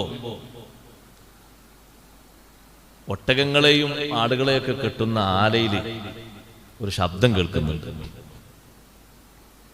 ഇപ്പൊ എന്താ ശബ്ദം? അസമയത്ത് രാത്രി എന്താണ് അതിൻ്റെ ഉള്ളിൽ നിന്നൊരു ശബ്ദം എന്ന് നോക്കാൻ വേണ്ടി പോയി നോക്കുമ്പോ ഒരു മൃഗത്തെ എങ്ങാനും കട്ടുകൊണ്ടുപോകാൻ വേണ്ടി ഒരാൾ വന്നതാണ്. നമ്മളാണെങ്കിൽ ആ രംഗം എത്ര ആൾ അറിയും? അങ്ങനെ ഒരു കള്ളൻ വന്നത്, ഞാൻ പറഞ്ഞില്ല, നമ്മുടെ ഹിദായത്തിന്റെ മേഖല ഒട്ടും പൂർണ്ണമായിട്ടില്ല. അതിന്റെ ഒരു ചെറിയൊരു വക്കില് നമ്മളിങ്ങനെ എത്തി നിൽക്കുകയാണ്. അഹ്മദുൽ കബീർ ദിഫായി റളിയല്ലാഹു അൻഹു അയാളെ സ്നേഹത്തോടെ വിളിച്ചു, മോനെ വാ, നിനക്ക് ജീവിക്കാൻ ഒരു മൃഗം ആവശ്യമുണ്ട് എന്നാ തോന്നുന്നത്, പക്ഷെ ഇത് കൊണ്ടുപോകാൻ പറ്റില്ല. അതെന്താ? ഇത് പാവങ്ങൾക്ക് കൊടുക്കേണ്ട സക്കാത്തിന്റെ മുതലാണ്. അതിന് അർഹതപ്പെട്ട ആളുകൾ നാളെ വരുമ്പോൾ അവർക്ക് കൊടുക്കാനുള്ളതാണ്. നിനക്ക് നല്ലൊരു ഒട്ടകം ഞാൻ വാങ്ങിത്തരാം. രാത്രിയിൽ തന്നെ കൊണ്ടുപോയി ജീവിതോപാധിക്ക് വേണ്ടി നല്ലൊരു ഒട്ടകം കൊണ്ടുകൊടുത്തു. അയാളെ വെറുപ്പോടെ കാണുകയോ ബാപ്പക്ക് വിളിക്കുകയോ ചീത്ത പറയുകയോ അടിക്കുകയോ ശകാരിക്കുകയോ ഒന്നും ചെയ്തില്ല. ആ ഒട്ടകം കിട്ടി അങ്ങനെ പോകലോടെ അയാളും മനിഹ്തദാ ഫഇന്നമാ യഹ്തദീ ലിനഫ്സിഹി, ഹിദായത്തിന്റെ വഴിയിൽ മുൻപന്തിയിലെത്തിയ സുൽത്താനുൽ ആരിഫീന്റെ പ്രവർത്തനം കണ്ട്, ഈ സ്വഭാവം കണ്ട് അയാളെ കൽബിലും ശരീരത്തിലും സ്വഭാവത്തിലും ഒക്കെ ഹിദായത്തുണ്ടായി. ഇത് പിൽക്കാലത്ത് അവരുടെ ചരിത്രം രേഖപ്പെടുത്തിയപ്പോഴല്ലേ ആളുകൾ സംഭവങ്ങളൊക്കെ കാര്യമായിട്ട് അറിയുന്നത്, ശിഷ്യന്മാരിലൂടെ. ഗോതമ്പ് കക്കാൻ വേണ്ടി വന്ന ആള് അത് വീട്ടിൽ കയറിയിട്ടുണ്ട്. റൂമിൽ വാതിൽ തുറന്നെടുക്കുന്ന കണ്ടപ്പോ സുൽത്താനുൽ ആരിഫീൻ അഹ്മദുൽ കബീർ ദിഫായി തങ്ങൾ നോക്കി, എന്താ ഇപ്പൊ വാതില് അടച്ചുപോയ വാതിൽ തുറന്നിട്ടുള്ളത്? തലയിട്ട് നോക്കുന്ന സമയത്ത് ഇയാൾ പേടിച്ചുപോയി. അയാളിങ്ങനെ വാരിക്കൊണ്ടിരിക്കുകയാണ് ചാക്കിലേക്ക്. അപ്പോ മഹാനവറുകൾ പറഞ്ഞു, നിങ്ങൾ വരി, ഈ ഗോതമ്പ് കൊണ്ടുപോയാൽ അത് പൊടിക്കണമെങ്കിൽ ഒരുപാട് അധ്വാനിക്കണം. ഞാനത് തൊലിഗോതമ്പാണ്, ഇത് നിങ്ങൾ കൊണ്ടുപോകണം. അകത്ത് നല്ല ഗോതമ്പുണ്ട്, പെട്ടെന്നൊന്ന് ഉണക്കിയിട്ട് പൊടിക്കാൻ പറ്റിയത്. അകത്തേക്ക് വിളിച്ചു. അപ്പോൾ ഇയാൾ പേടിച്ചു നിൽക്കുകയാണ്, അകത്തേക്ക് വരാതെ. നമ്മളാരെങ്കിലും അകത്തേക്ക് വിളിച്ചാൽ തീരെയും വരില്ല, കാരണം അത് ഗോതമ്പ് കൊടുക്കാനല്ലാതെ കേൾക്കുന്ന ആൾക്കറിയാം. അഹ്മദുൽ കബീർ ദിഫായി റളിയല്ലാഹു അൻഹു തിരിച്ചു വന്നിട്ട് വീണ്ടും ചോദിച്ചു, ഇത് നിങ്ങളുടെ പക്കലുള്ള സഞ്ചി തന്നെയാണോ കൊണ്ടുവന്നത്? ചാക്ക് നിങ്ങളുടേതാണോ? ചാക്ക് അയാളുടേതല്ല, ചാക്ക് വേറെ എവിടെ നിന്ന് കൊടുത്തതാ. അപ്പൊ മഹാനവറുകൾ വന്ന് വിളിച്ചു കൂട്ടി കൊണ്ടുപോയി വീട്ടിൽ നിന്ന് തന്നെ ഒരു ചാക്കെടുത്ത് അതിലാ ഗോതമ്പ് നിറയെ കെട്ടി റെഡിയാക്കി തോളിലേറ്റി കൊടുത്തിട്ട് പറഞ്ഞു, രാത്രിയാണ്, നിങ്ങളെ വീട് എവിടെയെന്ന് ചോദിച്ചു. അപ്പൊ വീട് നിൽക്കുന്ന സ്ഥലം പറഞ്ഞപ്പോ മഹാനവറുകൾക്ക് ശരിക്കും ഓർമ്മയായി, സ്ഥലമൊക്കെ ശരിക്ക് പരിചയമായി. നിങ്ങൾ ഒറ്റക്ക് പോകണ്ട, ഞാനും വരാം. അങ്ങാടിയിലൂടെ ഇപ്പൊ നിങ്ങൾ പോയാൽ ഇത് വീട്ടിലേക്ക് എത്തൂല, കാരണം അങ്ങാടിയിലെ ഏതെങ്കിലും ആളുകൾ കണ്ട് നിങ്ങളെ തലയിൽ നിന്ന് കുത്തിപ്പറിച്ച് അവർ കൊണ്ടുപോകും. അതുകൊണ്ട് വീട്ടിന്റെ പരിസരത്ത് വരെ ഞാൻ വരാം. ഇടവഴിയിലൂടെ പോയി അവിടെ എത്തി അടുത്തെത്താൻ നേരത്ത് മഹാനവറുകൾ ആ ചെറുപ്പക്കാരനോട് പറഞ്ഞു, പിന്നെ ഒരു കാര്യം പറയാനുണ്ട്. എന്താ പറയാനുള്ളത്? എന്നെ ആദ്യം കണ്ട അവസ്ഥയിൽ ഞാൻ റൂമൊന്ന് തുറന്നിങ്ങനെ നോക്കുമ്പോ നിങ്ങൾ എന്നെ കണ്ടപ്പോൾ നിങ്ങൾക്ക് പേടി തോന്നിയെങ്കിൽ നിങ്ങളത് അഫുവാക്കണോ മാപ്പാക്കണോ? നിങ്ങളെ പേടിപ്പിക്കാൻ നോക്കിയതല്ല, ഞാൻ എന്താണ് ആരാതിൻ്റെ ഉള്ളിൽ എന്ന് അറിയാൻ വേണ്ടി നോക്കിയതാണ്. സുബ്ഹാന മൻ ജല്ല ജലാലുഹു. നമ്മൾ ആലോചിച്ച് നോക്കിയാൽ സഹോദരങ്ങളെ, ഇത് തഫ്സീറിൽ മഹാന്മാർ ഖുർആൻ മുഫസ്സിർ പറയുന്നത് വമിനൽ അജബി അൻ നറാ ബഅദൽ ഹുംഖ, ചില വിഡ്ഢികളെ പറ്റി നമ്മൾ കാണാറുണ്ട്, അത്ഭുതം തോന്നാറുണ്ട്. ഇദാ റആ മുൻഹരിഫൻ ഔ സയ്യിഅ സുലൂക് യൻദുറു ഇലൈഹി നദറ ബുഗ്ളിൻ വകറാഹിയ. ഒരു വഴി തെറ്റിയവനെ കണ്ടാൽ, ഒരു മോശപ്പെട്ടവനെ കണ്ടാൽ എങ്ങനെ നോക്കുക? ഒരു വെറുപ്പിന്റെ നോട്ടം, ഒരു വിരോധത്തിന്റെ നോട്ടം. വയദുഉല്ലാഹ അലൈഹി, അയാൾക്കെതിരെ അല്ലാഹു നിൽക്കുന്ന ദ്വാരന്ന് വരും. പക്ഷേ യഥാർത്ഥ ഹിദായത്ത് സ്വീകരിച്ച മനുഷ്യൻ അങ്ങനല്ല, അനുകൂലമായിട്ട് ദ്വാരക്കും. എന്നിട്ട് പിന്നെ അയാൾ എങ്ങനെ നന്നാക്കാൻ പറ്റുന്നു? അഹ്മദുൽ കബീർ റിഫായി റളിയല്ലാഹു അൻഹു ഇങ്ങനൊന്ന് പറഞ്ഞ് പൊരുത്തപ്പെടുകയും കൂടി ചെയ്തപ്പോ വീട്ടിലെത്തിയ ആ മനുഷ്യൻ അന്ന് രാത്രി ഉറങ്ങിയില്ല. എങ്ങനെ ഉറക്കം വരും? ജീവിതത്തിൽ ഇത്രയും കാലം ഏതെങ്കിലുമൊക്കെ വീടുകളോ മറ്റോ അപഹരിക്കാൻ വേണ്ടി കയറിയാൽ ഇങ്ങനെ ഒരു പ്രതികരണം ഇക്കാലം വരെ കിട്ടിയിട്ടില്ല. ചിലപ്പോ അടിയിട്ടിണ്ടാവും, ഓടിയിട്ടുണ്ടാവും, ചിലപ്പോ ശബ്ദം കേട്ട് ഓടിയിട്ടുണ്ടാവും, ചിലപ്പോൾ ആളുകൾ കണ്ടപ്പോഴേക്ക് രക്ഷപ്പെട്ടിട്ടുണ്ടാകും. പക്ഷെ ഇന്നത്തെ രാത്രി അങ്ങനല്ലല്ലോ.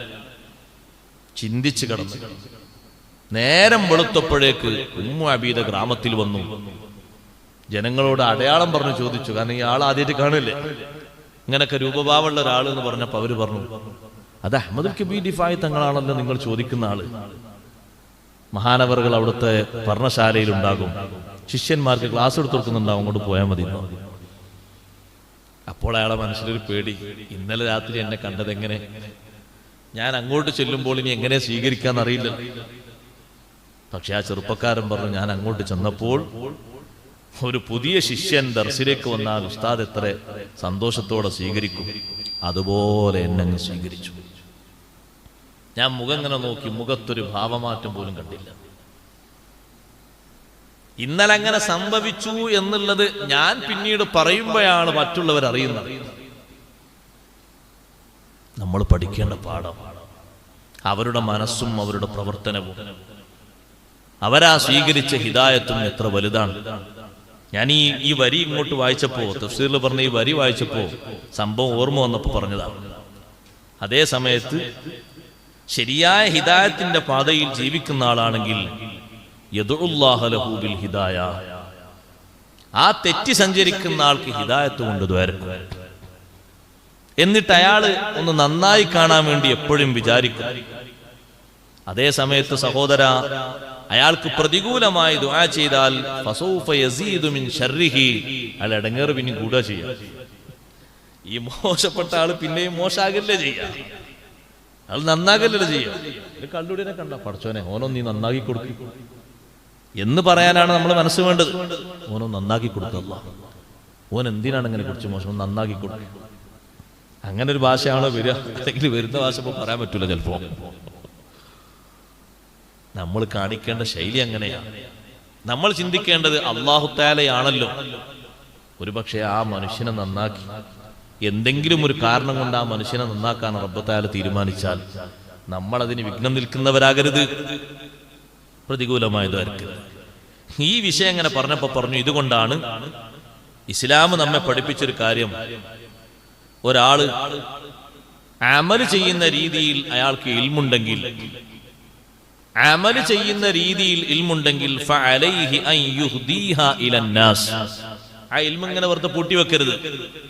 ആ ഇൽമ ജനങ്ങളിലേക്ക് വിതരണം ചെയ്ത് ജനങ്ങളെ വഴി നടത്തണം. കാരണം നിനക്ക് അല്ലാഹു നൽകിയ ഇൽമ്, നീ അമല് ചെയ്യുന്ന ഇൽമ് മറ്റുള്ളവർക്ക് നീ പകർത്തിക്കൊടുത്താൽ, നീ അല്ലാഹു നിനക്ക് തന്ന അനുഗ്രഹമാകുന്ന ഇൽമ് പകർത്തിക്കൊടുക്കുമ്പോ നിന്നിൽ ഉള്ള അതേ നല്ല അവസ്ഥ അവരിലും നീ കാണുമ്പോ അല്ലാഹു തആല നിന്റെ ഹിദായത്ത് കൊണ്ട് നിനക്ക് വലിയ ഭാഗ്യം തന്നു എന്ന് നിനക്ക് മനസ്സിലാക്കാൻ പറ്റും. അതുകൊണ്ടാണ് അഷ്റഫുൽ ഖൽഖ് സ്വല്ലല്ലാഹു അലൈഹി വസല്ലം തങ്ങൾ മദീന വിട്ട് ഓരോ നാടുകളിലേക്കും ഓരോ സ്വഹാബിമാരെ പറഞ്ഞയക്കുമ്പോ തങ്ങൾ അവരോടൊക്കെ പറയുന്നത്, നിങ്ങൾ പഠിച്ച ശീലിച്ച ഹിദായത്തിന്റെ മാർഗം കൊണ്ട് മറ്റുള്ളവർ ഹിദായത്താകും, അത് ഖൈറുൽ ലക മിനദ് ദുനിയ വമാ ഫിഹാ. മദീനയിൽ നിൽക്കാനാണ് നിങ്ങളെ മനസ്സ്. കാരണം ഞാനിവിടെ മദീനയിലുണ്ട്, എന്റെ കൂടെ നിസ്കരിക്കാനും എന്റെ കൂടെ പ്രവർത്തിക്കാനും അതിലപ്പുറം ഒരു മനസ്സ് നിങ്ങൾക്കുള്ള. പക്ഷേ പുറത്തു പോകുമ്പോൾ നിങ്ങളൊരു കാര്യം മനസ്സിലാക്കണം.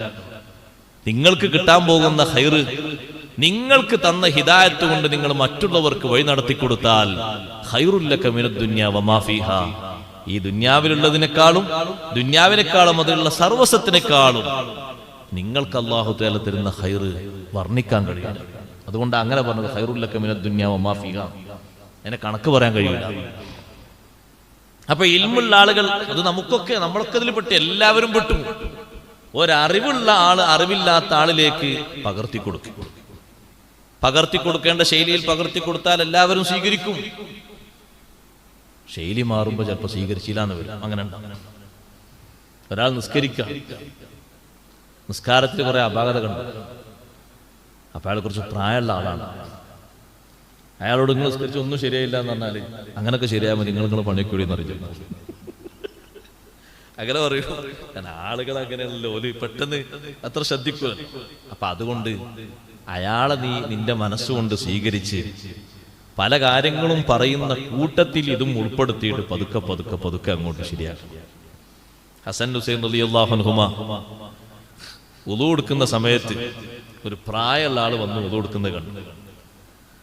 അദ്ദേഹം എടുക്കുന്ന വുളുവിന്റെ ഓരോ ഫർളും തെറ്റാണ്. മുഖം കഴുകുന്നത് തെറ്റാണ്, കൈ കഴുകുന്നത് തെറ്റാണ്, തലതട ഒക്കെ തെറ്റാണ്, കാലുകുന്നൊക്കെ തെറ്റാണ്. പക്ഷെ ഈ പ്രായമുള്ള ആളോട് നിങ്ങൾ ചെയ്യുന്നതൊക്കെ തെറ്റാന്നിങ്ങനെ ഒറ്റടിക്ക് പറയൂ. ആ രണ്ട് മഹാന്മാരിങ്ങനെ ആലോചിച്ചു എങ്ങനെ പറയും. അപ്പൊ ഒരാൾ പറഞ്ഞു, നമ്മളൊരു കാര്യം ചെയ്യാം, നമ്മളൊരു ചെറിയ തർക്കം കൂടുന്നത് പോലെയാക്കി. വുളുവിന്റെ വിഷയത്തിൽ തർക്കിക്കാണ്. അപ്പൊ നമ്മളിങ്ങനെ അങ്ങോട്ടും ഇങ്ങോട്ടും പറയുമ്പോൾ അദ്ദേഹം ചോദിക്കും, നിങ്ങളെന്താ മക്കളെ തർക്കിക്കുന്നതെന്ന് ചോദിക്കും. അപ്പൊ ഞങ്ങൾ വുളുവിന്റെ വിഷയത്തിൽ തർക്കിക്കാണ്, നിങ്ങളൊന്ന് പരിഹരിച്ചു തരണം എന്നൊക്കെ മധ്യസ്ഥനാക്കി മൂപ്പരെ കൂട്ടിയാൽ മതി. അങ്ങനെ തീരുമാനിച്ചു.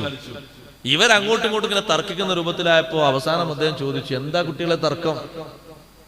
അപ്പൊ ഒരാൾ പറഞ്ഞു, എന്റെ വുളു ശരിയാണ് എന്ന് ഞാൻ പറയുമ്പോ മൂപ്പര് പറയുന്ന വുളു ശരിയല്ല, ഞാൻ പറയുന്ന മൂപ്പര് വുളു ശരിയല്ല, ഞങ്ങൾ വുളു കൊടുക്കാൻ നിങ്ങളൊന്ന് നോക്കണം എന്ന് പറഞ്ഞു. ഞങ്ങൾ രണ്ടുപേരും വുളു കൊടുക്കാം, ഞങ്ങളെ വുളു ശരിയാണോ എന്ന് നിങ്ങളൊന്ന് നോക്കണം. ഇപ്പൊ അദ്ദേഹത്തിന് നല്ല നേതൃസ്ഥാനം കൊടുത്തു. വുളു രണ്ടുപേരുടെയും വുളു ശ്രദ്ധിച്ചപ്പോ അദ്ദേഹം പറഞ്ഞു, നിങ്ങൾ രണ്ടുപേരുടെയും വുളു നല്ല വുളുവാണ്, എന്റെ വുളുവാണ് കുഴപ്പമുള്ളത്. നിങ്ങൾ നോക്കി, ഇത് അത്തരത്തിലുള്ള ആളുകളെ പകർത്തി കൊടുക്കുകയാണ് ആ ശൈലി. ഓരോ സമയത്തും ഓരോ ശൈലി. എല്ലാ പ്രായക്കാരോടും ഒരേ ശൈലിയല്ല, എല്ലാ ചെറുപ്പക്കാരോടും ഒരേ ശൈലിയല്ല. എന്നാൽ അവരൊക്കെ നന്നാകും. ചിലര് സഹവാസം കൊണ്ട് തന്നെ നന്നാകും, സഹവാസം കൊണ്ട് തന്നെ മാറും. അതൊരു ഹിദായത്തിന്റെ മാർഗമാകും. അയാളിങ്ങനെ സഹവസിച്ചു. അപ്പൊ വേറൊരാൾ കണ്ടപ്പോ പറഞ്ഞു, നിങ്ങൾ അയാളോട് അങ്ങനെ സഹവസിക്കണ്ട കേട്ടോ. എന്താണ്? അയാൾ തീരെ നിസ്കരിക്കാത്ത ആളാണ്. സാരല്ല, അതൊക്കെ ശരിയാക്കോളൂ. അയാൾ നിസ്കരിക്കാത്ത ആളാ, നിങ്ങൾ ആരോടും പറയണ്ട, നമുക്ക് അതൊക്കെ ശരിയാക്കി എടുക്കാം. പിന്നെയും പിന്നെ ഇങ്ങനെ സഹവസിച്ചു.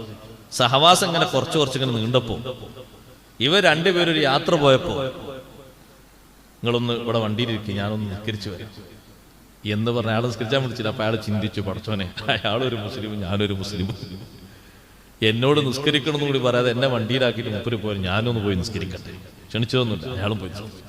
ബാക്കിൽ നോക്കുമ്പോ അയാൾ വന്ന് തോണ്ടുന്ന മമ്മുമായിട്ട് ഇയാളുണ്ട് ബാക്കിൽ. അങ്ങനെ പതുക്കെ അയാൾ നിസ്കാരം കൊണ്ട് ശരിയാക്കി ശീലിച്ച് പിന്നെ 5 വക്തിന് അയാളെ പള്ളി കണ്ടപ്പോ, നിങ്ങൾ അയാളോട് കൂടണ്ടോ, അയാൾ നിസ്കരിക്കാത്ത ആളാണെന്ന് പറഞ്ഞ ആൾ പറഞ്ഞു, ഉസ്താദേ, നിങ്ങൾ അയാളങ്ങാകം മാറ്റിയല്ലോ, അയാൾ പാകം മാറിയല്ലോ. മാറും.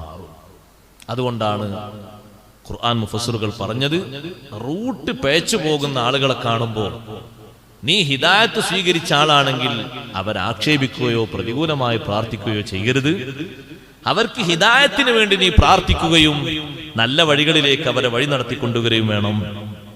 എന്നിട്ട് പറഞ്ഞു, നിനക്ക് കിട്ടിയ ഇൽമ് നീ അവർക്ക് പകർത്തിക്കൊടുത്ത് അവർക്കും അതുകൊണ്ട് ഉപകാരം കിട്ടിയാൽ നീ വലിയ ഭാഗ്യവാനാണ്.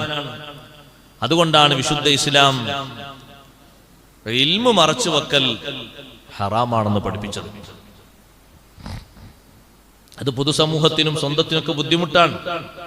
ഇൽമു മറച്ചു വെക്കാൻ പാടില്ല. നബി സല്ലല്ലാഹു അലൈഹി വസല്ലം നിങ്ങൾ പറഞ്ഞല്ലോ അതിന്റെ ഗൗരവം. മൻ കതമ ഇൽമൻ അൽജമഹുല്ലാഹു ബിലുജാമിൻ മിൻ നാരിൻ യൗമൽ ഖിയാമ. ഒരാൾ പഠിച്ച അറിവ് മറച്ചു വെച്ചാൽ ഖിയാമത്ത് നാളിൽ തീ കൊണ്ടുള്ള കടിഞ്ഞാണ് കൊണ്ട് അവനെ കടിഞ്ഞാണിട്ട് ശിക്ഷിക്കും. അറിവ് മറച്ചു വെക്കാൻ പാടില്ല. എങ്ങനെ പറയണം, എങ്ങനെ മനസ്സിലാക്കി കൊടുക്കണം എന്നുള്ള മേഖല ശ്രദ്ധിച്ച് തിരുത്തി കൊടുക്കണം. എന്നാ പിന്നെ അത് മാറും. ആരും സ്വീകരിക്കും. അള്ളാഹു എളുപ്പം നൽകുമാറാകട്ടെ. അതൊരു വഴിയാണ്. എന്നിട്ട് ഖുർആൻ മുഫസ്സിറുകൾ പറഞ്ഞു, നീ അങ്ങനെ ഒരു വഴി സ്വീകരിച്ചാൽ മിൻ കമാലിക അൻ യകൂന അന്നാസു ഫീ കമാൽ, നീ തികഞ്ഞവനാണ്, നീ പൂർണ്ണനാണ് എന്നതിന്റെ അടയാളമാണ് നിന്നെക്കൊണ്ട് മറ്റുള്ള ആളുകൾ പൂർണ്ണതയിലേക്ക് വരുന്നത്. നിന്റെ മാർഗം സ്വീകരിച്ച്. അതുകൊണ്ടല്ലേ പഴയ കാലത്തുള്ള നമ്മുടെ നാട്ടിലൊക്കെ മദ്രസയും സംവിധാനങ്ങളൊക്കെ വരുന്നതിന് മുമ്പ് വയല് കേട്ട് ഉസ്താദുമാരെ കണ്ട് ശീലിച്ച് നന്നായ ആളുകൾ എന്താ പറയാ, ഇപ്പോഴെന്താ പറയാ, അന്നത്തെ ഉസ്താദ് ഞങ്ങളെ നാട്ടിൽ വന്നപ്പോ ഇങ്ങനെ ചെയ്തത്, അന്നത്തെ ഉസ്താദ് ഞങ്ങളെ വീട്ടിൽ വന്നപ്പോ ഇങ്ങനെ ചെയ്തത്. എന്താ അവരത് പഠിച്ചു വെക്കാൻ കാരണം? അതാ ഉസ്താദിന്റെ ജീവിതം കണ്ട്, ആ ഉസ്താദിന്റെ സ്വഭാവം കണ്ട് അവർ പകർത്തിയിട്ട് അത് തന്നെയാണ് ശരിയെന്ന് അവർ ഉൾക്കൊണ്ട് അങ്ങനെ മനസ്സിൽ സ്വീകരിച്ചു. ഇന്നത് നമ്മളോട് അവർ പറയുമ്പോൾ അതെവിടെയുണ്ട്? കിതാബിലുണ്ട്. മുമ്പൊരു സ്ഥലത്ത് ഒരു ഭക്ഷണം കഴിക്കാൻ വേണ്ടി പോയപ്പോൾ പ്രായമുള്ളൊരു മുഅദ്ദിനുണ്ട്. അത് കാണുന്ന ഒരു സന്തോഷമാണ്. അദ്ദേഹം ഉറക്കെ ചൊല്ലി, എല്ലാവരും കേൾക്കുന്ന, ആ പന്തലിൽ വന്നൊരു 150 ആൾ കേൾക്കുന്ന രൂപത്തിൽ ഉറക്കെ ബിസ്മില്ലാഹിർ റഹ്മാനിർ റഹീം ചൊല്ലി. അപ്പൊ കുറെ ആൾക്കാർ ചിരിച്ചു. ബിസ്മി ഇങ്ങനെ ഉറക്കനെ ചൊല്ലുന്നിട്ടപ്പോ ചിരിച്ചു. പക്ഷെ നമ്മളൊക്കെ അവിടെ ചിന്തിച്ചത്, അദ്ദേഹം ഒരുപാട് പ്രായമുള്ള മുഅദ്ദിനാണ്, ഒരുപാട് ഉസ്താദുമാരെ കണ്ടാണ്. ഇങ്ങനെ ഒരു കാര്യം ചെയ്യുമ്പോൾ എവിടെങ്കിലും കാണാതെ, അല്ലെങ്കിൽ കണ്ടവര് പഠിച്ചവർ ചെയ്യുന്ന കണ്ടിട്ടല്ലാതെ ചെയ്യൂലല്ലോ. പിന്നെ നമ്മൾ കിതാബ് ഇങ്ങനെ, നമ്മൾ ആദ്യമായിട്ട് കേൾക്കുകയാണ് അങ്ങനെ കിതാബ് ഇങ്ങനെ പരിശോധിച്ചു നോക്കുമ്പോൾ ഇമാം ഗസാലി റളിയല്ലാഹു അൻഹു രേഖപ്പെടുത്തിയത് കാണാം. കൂട്ടമായി ഭക്ഷണം കഴിക്കുമ്പോൾ ഒരാൾ ഉറക്കെ ബിസ്മില്ല സുന്നത്താണ്. എന്നാ പിന്നെ ബാക്കിയുള്ളവർക്കൊക്കെ ബിസ്മിൽ ഓർമ്മപ്പെടുത്തരുത്. തൻബീഹ് എപ്പോഴും വേണമല്ലോ. ഫത്തുൽ എത്ര തൻബീഹാ ഉള്ളത്? ഒരു 4 പേജ് പറിച്ചൊരു 4 തൻബീഹ് കാണും, ഒരു ഉണർത്തല്. അപ്പൊ ഒരു പക്ഷെ മറന്നുപോയ ആളുണ്ടാകും, അയാളും ബിസ്മില്ല, ഇത് കാരണമാണ്. അപ്പൊ അദ്ദേഹത്തെ അന്നാ ചൊല്ലിയ, ഉറക്ക ചൊല്ലിയ ബിസ്മി കൊണ്ടാണ് എല്ലാവരും ബിസ്മില്ലേത്. അപ്പൊ 150 ആളുകൾ ആ ഒരു ബിസ്മി കൊണ്ട് ബിസ്മി ചൊല്ലാൻ കാരണമാകുമ്പോ അത് വലിയൊരു സന്തോഷമാണ്, വലിയൊരു ഹിദായത്താണ് ആ കൈമാറുന്നത്. അതുകൊണ്ട് ഹിദായത്തിന്റെ മേഖലയിൽ, ഹിദായത്ത് സ്വീകരിക്കുന്നതിൽ, സന്മാർഗം സ്വീകരിക്കുന്നതിൽ മുൻപന്തിയിൽ നിൽക്കണം. അല്ലാഹു തൗഫീഖ് നൽകട്ടെ. പ്രതിസന്ധികളൊക്കെ കുറെ തരണം ചെയ്യണം. കറക്റ്റ് പാലിക്കാൻ ഒരു പക്ഷേ സമയം കിട്ടുന്നില്ലെങ്കിൽ കിട്ടുന്ന സമയത്തിലൊക്കെ പാലിക്കണം. വിശ്വാസം ഉണ്ടാക്കരുത്. ശരീഅത്ത് പഠിപ്പിച്ചതുപോലെ ഉള്ള കുളി, ശരീഅത്ത് പഠിപ്പിച്ചതുപോലെയുള്ള ഉളൂ, ശരീഅത്ത് പഠിപ്പിച്ചതുപോലെ, ദീന് പഠിപ്പിച്ചതുപോലെയുള്ള തയമ്മും ആരെങ്കിലും എന്തെങ്കിലുമൊക്കെ പറഞ്ഞു തന്നിട്ടുള്ള ആലിമീങ്ങളിൽ നിന്ന് ശരിക്ക് കിട്ടിയ അറിവനുസരിച്ച് കാര്യങ്ങൾ ചെയ്യണം. ഒരാളങ്ങനെ ചെയ്യുന്നത് കണ്ട് ഞാനും അങ്ങനെ ചെയ്യാന്നില്ല. കണ്ണിന് ഓപ്പറേഷൻ ചെയ്ത ഒരാള് വെള്ളം നനക്കാൻ പറ്റില്ല. അപ്പൊ അയാളോട് ഡോക്ടർ പറഞ്ഞു, നിങ്ങൾ തയമ്മും ചെയ്താൽ മതി, കുഴപ്പമൊന്നുമില്ല, തയമ്മും ചെയ്താൽ മതി, വെള്ളം നനക്കാൻ പറ്റാത്തതുകൊണ്ട് പ്രശ്നമൊന്നുമില്ല, നിസ്കാരമൊക്കെ ശരിയായി കിട്ടും. പക്ഷേ ഡോക്ടർ കാണിച്ചു കൊടുത്ത തയമ്മം എങ്ങനെയാന്ന് വെച്ചാല്, നിങ്ങൾ ഏതെങ്കിലും ഒരു ശുദ്ധിയുള്ളൊരു വസ്തുവിനെ 2 അടി അടിച്ചിട്ട് ഞാൻ തടവിയാൽ മതി. ഈ കണ്ണിന് അസുഖം ബാധിച്ച ആള് ഷാഫി മദ്ഹബുകാരനാണ്. ഷാഫി മദ്ഹബിൽ ഈ തൂണുമ്മലടിച്ച് തടവിയാൽ തയമ്മുമാകൂല. അത് ഷർത്തനുസരിച്ചുള്ള നല്ല പൊടിയുള്ള മണ്ണ് തന്നെയാകണം, ശുദ്ധിയുള്ള മണ്ണ്. മണല് പോലും പറ്റൂല. ആ ശുദ്ധിയുള്ള മണ്ണിൽ നിയ്യത്ത് വെച്ച് അടിച്ചെടുത്തിട്ട് വേണം തയമ്മം ചെയ്യാൻ. അപ്പൊ അദ്ദേഹം അങ്ങനെ പുറത്ത് വന്ന് തൂണിനടിച്ചിട്ട് തയമ്മം ചെയ്തിട്ട് നിസ്കരിക്കാൻ പോകുന്നു. അപ്പൊ കണ്ടൊരാൾ ചോദിച്ചു, നിങ്ങൾ എന്താ ചെയ്തതെന്ന് വെച്ചു. ഞാൻ തയമ്മം ചെയ്താണ്. ആരെ തയമ്മം പഠിപ്പിച്ചത്? ഡോക്ടർ പറഞ്ഞു അങ്ങനെ അടിച്ചാൽ മതി. കണ്ണിന് ഓപ്പറേഷൻ ചെയ്ത് മരുന്ന് കൊടുത്തൊക്കെ റെഡി. പക്ഷെ ഈ തയമ്മുമിന്റെ ഈ കാര്യങ്ങൾ, ഈ വക കാര്യങ്ങളും പഠിക്കേണ്ടത് അത് അദ്ദേഹത്തിൽ നിന്നല്ല, അത് പണ്ഡിതന്മാർ പറയുന്ന മാർഗമാണ് അവിടെ സ്വീകരിക്കേണ്ടത്. അപ്പോഴേ ആ ചെയ്യുന്ന കർമ്മം ശരിയാകുള്ളൂ. അപ്പൊ ആ ശരിയായ രൂപത്തിലുള്ള കാര്യങ്ങൾ പഠിക്കണം, ശരിയായ രൂപത്തിൽ ചെയ്യാം, അതിൽ ഉറച്ചു നിൽക്കുക. അള്ളാഹു തൗഫീഖ് നൽകട്ടെ. അതിന് മാറ്റം ഉണ്ടാകാൻ പാടില്ല. അപ്പൊ അത് ഉറച്ചു നിൽക്കുമ്പോൾ, അതങ്ങനെ കൊണ്ടു നടന്നു ഉറച്ചു നിൽക്കുമ്പോഴാണ് സത്യത്തിൽ നമ്മൾ ഹിദായത്തിന്റെ മേഖലയിൽ ഉറച്ചു നിൽക്കുന്നവർ. വഴി തെറ്റിയാൽ ആ വഴി തെറ്റിയതിന്റെ കേടും ആ ശരീരത്തിന് തന്നെയാണ്. വഴിതെറ്റി സഞ്ചരിക്കാൻ പാടില്ല, പിഴച്ചു പോകാൻ പാടില്ല, പിഴച്ചു പോകുന്ന അവസ്ഥയിലേക്ക് നമ്മൾ ചേരാനും പാടില്ല. പിഴച്ച ആളുകളോടുകൂടെ ഇരിക്കുന്നതും അവരോടുകൂടെ സമ്പർക്കം പുലർത്തുന്നതും അവരിൽ നിന്ന് വല്ലതും ഇങ്ങോട്ട് മാർഗമാക്കാൻ പിന്തുടരാൻ ഒരിക്കലും കാരണമാകരുത്. അവരെ ശൈലി പകർത്താൻ അതൊരു മാർഗമാകരുത്. ഒരു പക്ഷെ അത് നമുക്ക് നമ്മുടെ മനസ്സിന് ഇഷ്ടമായി തോന്നും, അത് ശരിയായിരിക്കൂല. അതുകൊണ്ട് അത് വിട്ടേക്കണം. ആവശ്യത്തിന് മാത്രം അവരോട് ചില കാര്യങ്ങളൊക്കെ ഇടപാടുകളൊക്കെ നടത്താന്നല്ലാതെ പിന്തുടരാനോ പിൻപറ്റാനോ യഥാവിധി മഹബത്ത് വെക്കാനോ പിഴച്ച ആളുകൾ ഒരു നിലക്കും പറ്റൂല. ഗസാലി ഇമാം റളിയല്ലാഹു അൻഹു പറഞ്ഞു, കുട്ടികളെ നന്നായി വളർത്തുന്നിടത്ത് ദുഷിച്ച കൂട്ടുകെട്ടുകൾ ചെറുപ്പത്തിൽ കുട്ടികളെ സ്വാധീനിക്കും, അതുണ്ടാകരുത്. ദുഷിച്ച കൂട്ടുകെട്ടുകൾ എന്ന് പറഞ്ഞാൽ അനാവശ്യം കാണുന്ന, അല്ലെങ്കിൽ അനാവശ്യം കേൾക്കുന്ന, അല്ലെങ്കിൽ അതെപ്പോഴും പറയുന്ന ഒരു കുട്ടിയാണ് നമ്മുടെ കുട്ടിയുടെ കൂട്ടുകാരനെങ്കിൽ ആ കുട്ടി പറയുന്ന വാക്കുകളും ഭാഷയും അടക്കം ഈ കുട്ടിയും കളിന്റെ ഇടയിൽ പകർത്തും. അങ്ങനെ പിന്നെ നമ്മളോട് നമ്മുടെ വീട്ടിലൊന്ന് എന്തെങ്കിലുമൊക്കെ സംസാരിക്കുന്ന സമയത്ത് അവിടുന്ന് കിട്ടിയ ആ വാക്ക് അതങ്ങനെ തന്നെ ഇവിടെയും കാച്ചും. അപ്പൊ നമ്മൾ മനസ്സിലാക്കും, നമ്മൾ ചിന്തിക്കും, ഇതിപ്പോ എവിടുന്നാ പോയി കുട്ടിക്ക് പഠിച്ചത്, എവിടുന്നാ പോയി കുട്ടി കിട്ടിയത്? മദ്രസയിലാണ് ഈ കുട്ടിയെ ചേർത്തിയില്ല, സ്കൂളിൽ എത്തിയില്ല, പിന്നെ എവിടുന്നാ കിട്ടിയത്? അതിങ്ങനത്തെ കളിക്കൂട്ടുകാരിൽ നിന്ന് പകർത്തി കിട്ടിയതാണ്. അതുകൊണ്ടാണ് ചെറുപ്പം മുതൽക്കേ ദുഷിച്ച കൂട്ടുകാര്, അനാവശ്യം സംസാരിക്കുന്ന, അല്ലെങ്കിൽ അതുമായി ബന്ധപ്പെടുന്ന, ഇപ്പൊ ചെറുപ്പത്തിൽ നിന്ന് കണ്ടില്ല നിങ്ങൾ, 4 വയസ്സ് മുതൽക്ക് തന്നെ ചെറിയ കുട്ടികൾ അവർ സിനിമ കണ്ടുകൊണ്ടിരിക്കുക. എത്ര വലിയ മാരകമായ അസുഖം! അതിലെ പാട്ടുകൾ പഠിച്ചുകൊണ്ടിരിക്കുക. അപ്പൊ അങ്ങനത്തെ വല്ലതും കിട്ടിയാൽ, അങ്ങനത്തെ വല്ല ഡയലോഗും കിട്ടിയാൽ അത് നമ്മുടെ കുട്ടിക്ക് കൈമാറാനും സ്വീകരിക്കാനും പറയാനൊക്കെ. ലലാലത്തിന്റെ മേഖലയിലേക്ക് പോകരുത്, ആ മാർഗത്തിലേക്ക് സഞ്ചരിക്കുകയും ചെയ്യരുത്. അതിനെപ്പോഴും പേച്ച രൂപത്തിൽ പേച്ചതായിട്ട് തന്നെ കാണണം, ഒഴിവാക്കുകയും വേണം. സുന്നത്തിനെതിര്, വാജിബിനെതിര്, അതുപോലെ തന്നെ വിശുദ്ധ ഇസ്ലാം അനുവദിച്ച കാര്യങ്ങൾക്കെതിര് പലപ്പോഴും പല ഇടങ്ങളിലും കണ്ടുവരുന്നുണ്ടാകും. സ്വീകരിക്കാൻ പാടില്ല. ഒറ്റ ഉദാഹരണം പറയട്ടെ, കുറെ ഉദാഹരണങ്ങൾ, ഒറ്റ ഉദാഹരണം പറയട്ടെ. തലേക്കെട്ട് കെട്ടലാണ് സുന്നത്ത്. കെട്ടണം. തലേക്കെട്ട് പോലത്തെ ഒരു സാധനം ഇറങ്ങിയിട്ടുണ്ട്, അത് തൊപ്പിയാണ്. അതിന് തൊപ്പിന്റെ സുന്നത്തെ കിട്ടും അല്ലേ? തലേക്കെട്ട് എന്ന് പറഞ്ഞാൽ കെട്ടലാണ്. ഇന്നല്ലാഹു മലായികത്തുഹു യുസല്ലൂന അലാ അസ്ഹാബിൽ അമാഇം. ഈ കമീസ് ഇടാം, അതിന് കുഴപ്പമൊന്നുമില്ല. പക്ഷെ ഞെരിയാണിന്റെ താരങ്ങാൻ പറ്റില്ല. അത് ഷോക്സ് ഇട്ടാലും ശരി, ഇട്ടിട്ടില്ലെങ്കിലും ശരി. സോക്സ് ഇട്ടിട്ട് കുറെ ആൾക്കാരത് ഒപ്പിച്ചല്ലേ, അറിയില്ലല്ലോ. അതൊന്നും പറ്റില്ല. അതൊക്കെ ആ കൃത്യമായ അളവിൽ തന്നെ, ഇതിന് മാറ്റം ഉണ്ടാകാൻ പാടില്ല. ബഹുമാനപ്പെട്ട ഷെയ്ഖുൽ ഹദീസ് നെല്ലിക്കുത്ത് ഉസ്താദ്, അല്ലാഹു ദർജയേറ്റി കൊടുക്കട്ടെ. ഉസ്താദ് ഖാളിയായ പള്ളിയിലാണ് ഞാൻ ഖുതുബ ഓതാൻ ചെന്നത്, മലപ്പുറം ജില്ലയിൽ. കുറെ കാലം അവിടെയാണ്. അവിടെ നമുക്ക് ഭക്ഷണം തന്ന, സ്നേഹിച്ച, സഹായിച്ച ഒരുപാട് ആളുകളുണ്ട്. അല്ലാഹു അവർക്കൊക്കെ ബർക്കത്ത് കൊടുക്കട്ടെ. ഉസ്താദ് ഞാനിതിങ്ങനെ ഇട്ട ഉസ്താദിനോടൊന്ന് നേർക്ക് നിൽക്കുകയാണ്. നമ്മൾ നോക്കണം അവരെ സൂക്ഷ്മത, ആലിമീങ്ങൾ, അവരെ കാരാ. നേർക്ക് നിർത്തിയല്ല, നേർക്ക് നിർത്തിയിട്ട് ഉസ്താദ് നോക്കുകയാണ്, ഇതിന്റെ വലുപ്പം എത്ര ഉണ്ട്. അപ്പൊ ഉസ്താദ് പറഞ്ഞു, ഇത് കറക്റ്റാണ്, ഇത് പാകാണ്, ഇതിന് വലുപ്പം കൂടാൻ പാടില്ല എന്ന് പറഞ്ഞു. അത് നമ്മൾ കടർക്കരുത്.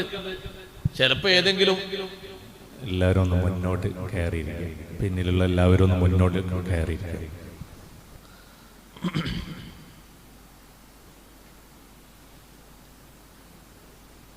കുറച്ച് പ്രായമുള്ളവരല്ലാതെ ചാരി ഇരിക്കുന്നുണ്ടെങ്കിൽ പോലും മുന്നോട്ടിരിക്കുക നല്ലേ. ഇരുത്തത്തിന് സുഖം കിട്ടും. കുറച്ചുകൂടി കഴിഞ്ഞ് ചാരും ചെയ്യാനാണെങ്കിൽ. അപ്പോ അത് നീളാൻ പാടില്ല. അത് ഞെരിയാണിന്റെ കറക്റ്റ് തായോട്ട് നിൽക്കും പോകാൻ പാടില്ല. കറക്റ്റ് ആക്കണം, അല്ലെങ്കിൽ മേലോട്ട്. അങ്ങനെയാണല്ലോ സുന്നത്ത്, അങ്ങനെയാണ് പഠിപ്പിക്കപ്പെട്ടത്. ഒന്നും മാറാൻ പാടില്ല. അപ്പൊ ആ ശൈലിയിൽ നിന്നും ആ കാര്യത്തിൽ നിന്നും മാറാതെ തന്നെ സ്വീകരിക്കണം. അതിനൊരു പുതുമ കൊണ്ടുവരാൻ പാടില്ല. പലയിടത്തും കാണാൻ അങ്ങനെ പല പുതുമകളും പുതിയതൊക്കെ ഇങ്ങനെ വന്നുകൊണ്ടിരിക്കും. അതുപോലെ തന്നെ സഹോദരിമാര് ധരിക്കുന്ന ഒരു ഡ്രസ്സാണ്, ഇതൊന്നും അതിന്റെ പേര്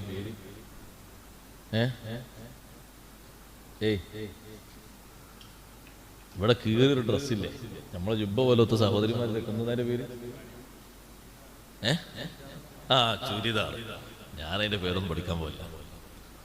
അത് കീറിയിട്ടുള്ള ഡ്രസ്സ് ഇടാൻ പാടില്ല ചെറുപ്പക്കാരികളൊന്നും. അതുകൊണ്ടുള്ള വലിയ അപകടം എത്രയെന്ന് അറിയോ നിങ്ങൾ? താഴെ ധരിച്ചിരിക്കുന്ന വസ്ത്രം കൊണ്ട് ആ പെണ്ണിന്റെ ശരീരത്തിന്റെ കൃത്യമായ അളവ് ഇത് കീറിയിട്ട് കാറ്റിനങ്ങോട്ടും ഇങ്ങനെ ആടുമ്പോൾ ബാക്കിയുള്ളവരത് നോക്കി പകർത്തിയെടുക്കുക. അതുണ്ടാകാൻ പാടില്ല. അതങ്ങനെ ഒരു ശരിക്കും ഇങ്ങോട്ട് മൂട്ടിയാൽ കുഴപ്പമില്ല, നല്ല വസ്ത്രം തന്നെയാണ്. വസ്ത്രങ്ങൾ മറക്കണമൊക്കെ നല്ല വസ്ത്രം തന്നെ, മോഡൽ മാറിയിട്ട് കുഴപ്പമൊന്നുമില്ല. പേര് മാറണേ മാറിക്കോട്ടെ, കുഴപ്പമില്ല. പക്ഷെ മറയണം, നല്ലോണം മറയണം. ഈ കീറൽ അതിന് പറ്റില്ല. അപ്പൊ ഉസ്താദ് ഞങ്ങൾ ജുബ്ബ കയറിയില്ലേ, നമ്മുടെ കൃത്യമായിട്ട് അളവ് കിട്ടൂല, കാരണം തുണിക്ക് നല്ല ലൂസുണ്ട്. മറ്റേ ധരിച്ചത് താഴെ ധരിച്ചത് ഒരു പാന്റ് പോലത്തെ സംഗതിയാണ്. അപ്പൊ അത് അവരെ തടി കൃത്യമായിട്ട് ഇങ്ങനെ വടിവൊത്ത രീതിയിൽ തന്നെ പുറത്തേക്ക് കാണുന്നവരും. അതും നേരത്തെ പറഞ്ഞ സ്വർഗത്തിൽ പ്രവേശിക്കാത്ത സ്ത്രീകളെന്ന് പറഞ്ഞ ഹദീത്തിൽ ഇമാം നബി റളിയല്ലാഹു അൻഹു വിശദീകരിച്ചപ്പോ 3 വിഭാഗം പറഞ്ഞപ്പോ ഒരു വിഭാഗം ശരീരത്തിന്റെ വടിവ് കൃത്യമായി പുറത്തേക്ക് അളക്കാൻ പറ്റുന്ന രീതിയിൽ ഫിറ്റായ വസ്ത്രങ്ങൾ ധരിക്കുന്നവർ എന്നും മഹാനവറുകൾ ഇമാം നബി റളിയല്ലാഹു അൻഹു ശർഹ് മുസ്ലിമിൽ എഴുതിയിട്ടുണ്ട്. അതുകൊണ്ട് അത്തരത്തിലുള്ള പുതിയ പുതിയ കാര്യങ്ങൾ വരുമ്പോൾ നമ്മൾ ശ്രദ്ധിക്കണം, മാറാൻ പാടില്ല. നമ്മളാ ലെവലിൽ നിന്ന് മാറാൻ പാടില്ല. മൈലാഞ്ചി അത് സുന്നത്തുള്ള വിഭാഗമാണ്. സ്ത്രീകളിൽ വിവാഹം കഴിച്ചവർ നിക്കാഹ് കഴിഞ്ഞാൽ പറ്റും. ചെറിയ കുട്ടികൾക്ക് ഉപ്പ ഉമ്മമാര് മൈലാഞ്ചിട്ട് ശീലിപ്പിക്കരുത്.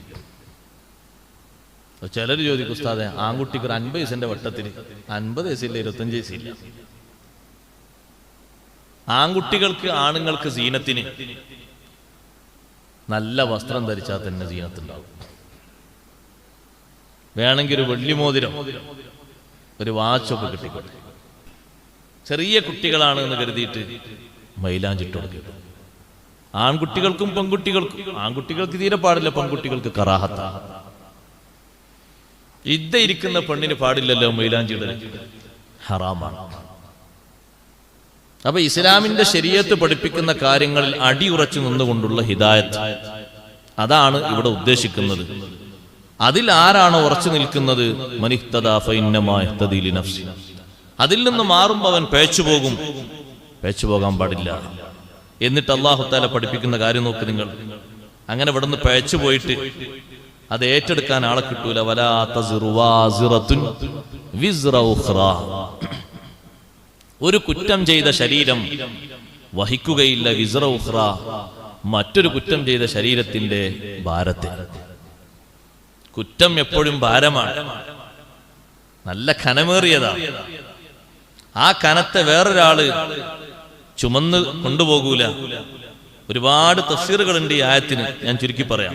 ചുമന്നു കൊണ്ടുപോകൂല, ഒരാളും അത് ഏറ്റെടുക്കാൻ വരൂല.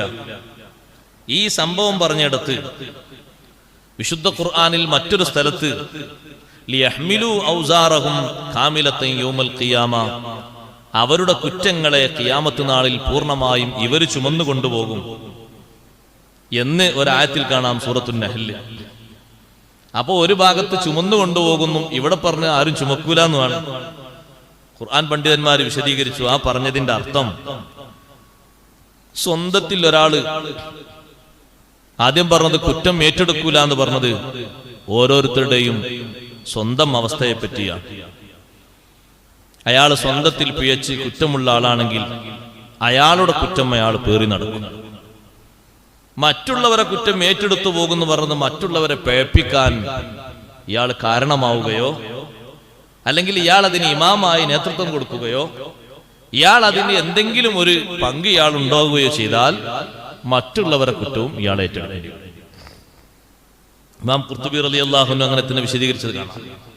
ഈ ആയത്തിന്റെ ഭാഗം ഇപ്പോൾ ഓതിയ വലാ തസിറു വാസിറത്തുൻ വിസ്റ ഉഖ്റ എന്ന ആയത്തിറങ്ങാൻ കാരണം വലീദ് ഇബ്നു മുഗീറയുടെ വിഷയത്തിലാണ്. നബി സല്ലല്ലാഹു അലൈഹി വസല്ലം തങ്ങളുടെ എതിരാളികളിൽ വലിയൊരു എതിരാളിയാണ് വലീദ് ഇബ്നു മുഗീറ. അയാൾ എപ്പോഴും ജനങ്ങളെ വിളിച്ചിട്ട് പറയും, നിങ്ങളെല്ലാവരും എന്റെ മാർഗത്തിൽ നടന്നാൽ മതി, നിങ്ങളെ കുറ്റങ്ങളൊക്കെ ഞാനങ്ങ് ഏറ്റെടുത്തോണ്ട് കുഴപ്പമില്ല. അപ്പൊ അല്ലാഹു തആല പറഞ്ഞു, ഇല്ല, അത് കളവാണ്. വലാ തസിറു വാസിറത്തുൻ വിസ്റ ഉഖ്റ. ഒരാളും ഒരു ഭാരം ചുമന്ന ശരീരവും മറ്റൊരു ശരീരത്തിന്റെ ഭാരം ഏറ്റെടുക്കുകയില്ല എന്ന് മറുപടിയായിട്ട് ഇവിടെ നമ്മെ പഠിപ്പിച്ചു. പക്ഷേ സഹോദരങ്ങളെ, നമ്മൾ മനസ്സിലാക്കണം, അല്ലാഹു സുബ്ഹാനഹു വ തആല ചില വിഷയങ്ങളൊക്കെ നമ്മെ ഏൽപ്പിക്കുന്നുണ്ട്. ഈ ആയത്ത് പറഞ്ഞെടുത്ത് ദുനിയാവിലൊരു പക്ഷേ ഒരാളെ കുറ്റം വേറൊരാൾ ഏറ്റെടുക്കുന്ന, വേറൊരാൾ സഹിക്കേണ്ടി വരുന്ന രംഗങ്ങളുണ്ട്. ദുനിയാവിൽ അങ്ങനെ വരും. ഒരാൾ ചെയ്ത കുറ്റത്തിന് വേറൊരാൾ ശിക്ഷ ഏൽക്കും. അള്ളാഹുവിന്റെ ഭാഗത്തുനിന്നും വരും. നല്ല ആളുകൾ മോശപ്പെട്ട ആളുകളെ വിലക്കിയിട്ടില്ലെങ്കിൽ ആ നല്ല ആൾക്കാരും കൂടി ഈ കുറ്റത്തിന് വിധേയരാക്കപ്പെടും. ശിക്ഷ വരുമ്പോ അങ്ങനെയാണ്. വത്തഖൂ ഫിത്നതൻ ലാ തുസീബന്നല്ലദീന ളലമൂ മിൻകും ഖാസ്സ. ഒരു നാശം വരുമ്പോ അക്രമകാരികൾക്ക് മാത്രാകൂല നാശം വരും. തീരെ അക്രമം ചെയ്യാത്തവരും നാശത്തിൽ പെട്ടുപോകും.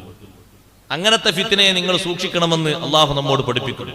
അഷ്റഫുൽ ഖൽഖ് സല്ലല്ലാഹു അലൈഹി വസല്ലം തങ്ങളുടെ പ്രിയപ്പെട്ട മഹദി സൈനബ് ബിൻത് ജഹ്ഷ് റളിയല്ലാഹു അൻഹ തങ്ങളോട് ചോദിച്ചു, നബിയെ, അനുഹുലകു വഫീന സ്വാലിഹൂൻ, നല്ല മനുഷ്യന്മാർ ഞങ്ങളെ കൂട്ടത്തിൽ ഉണ്ടായിരിക്കെ ഞങ്ങളെ നശിപ്പിക്കപ്പെടുമോ?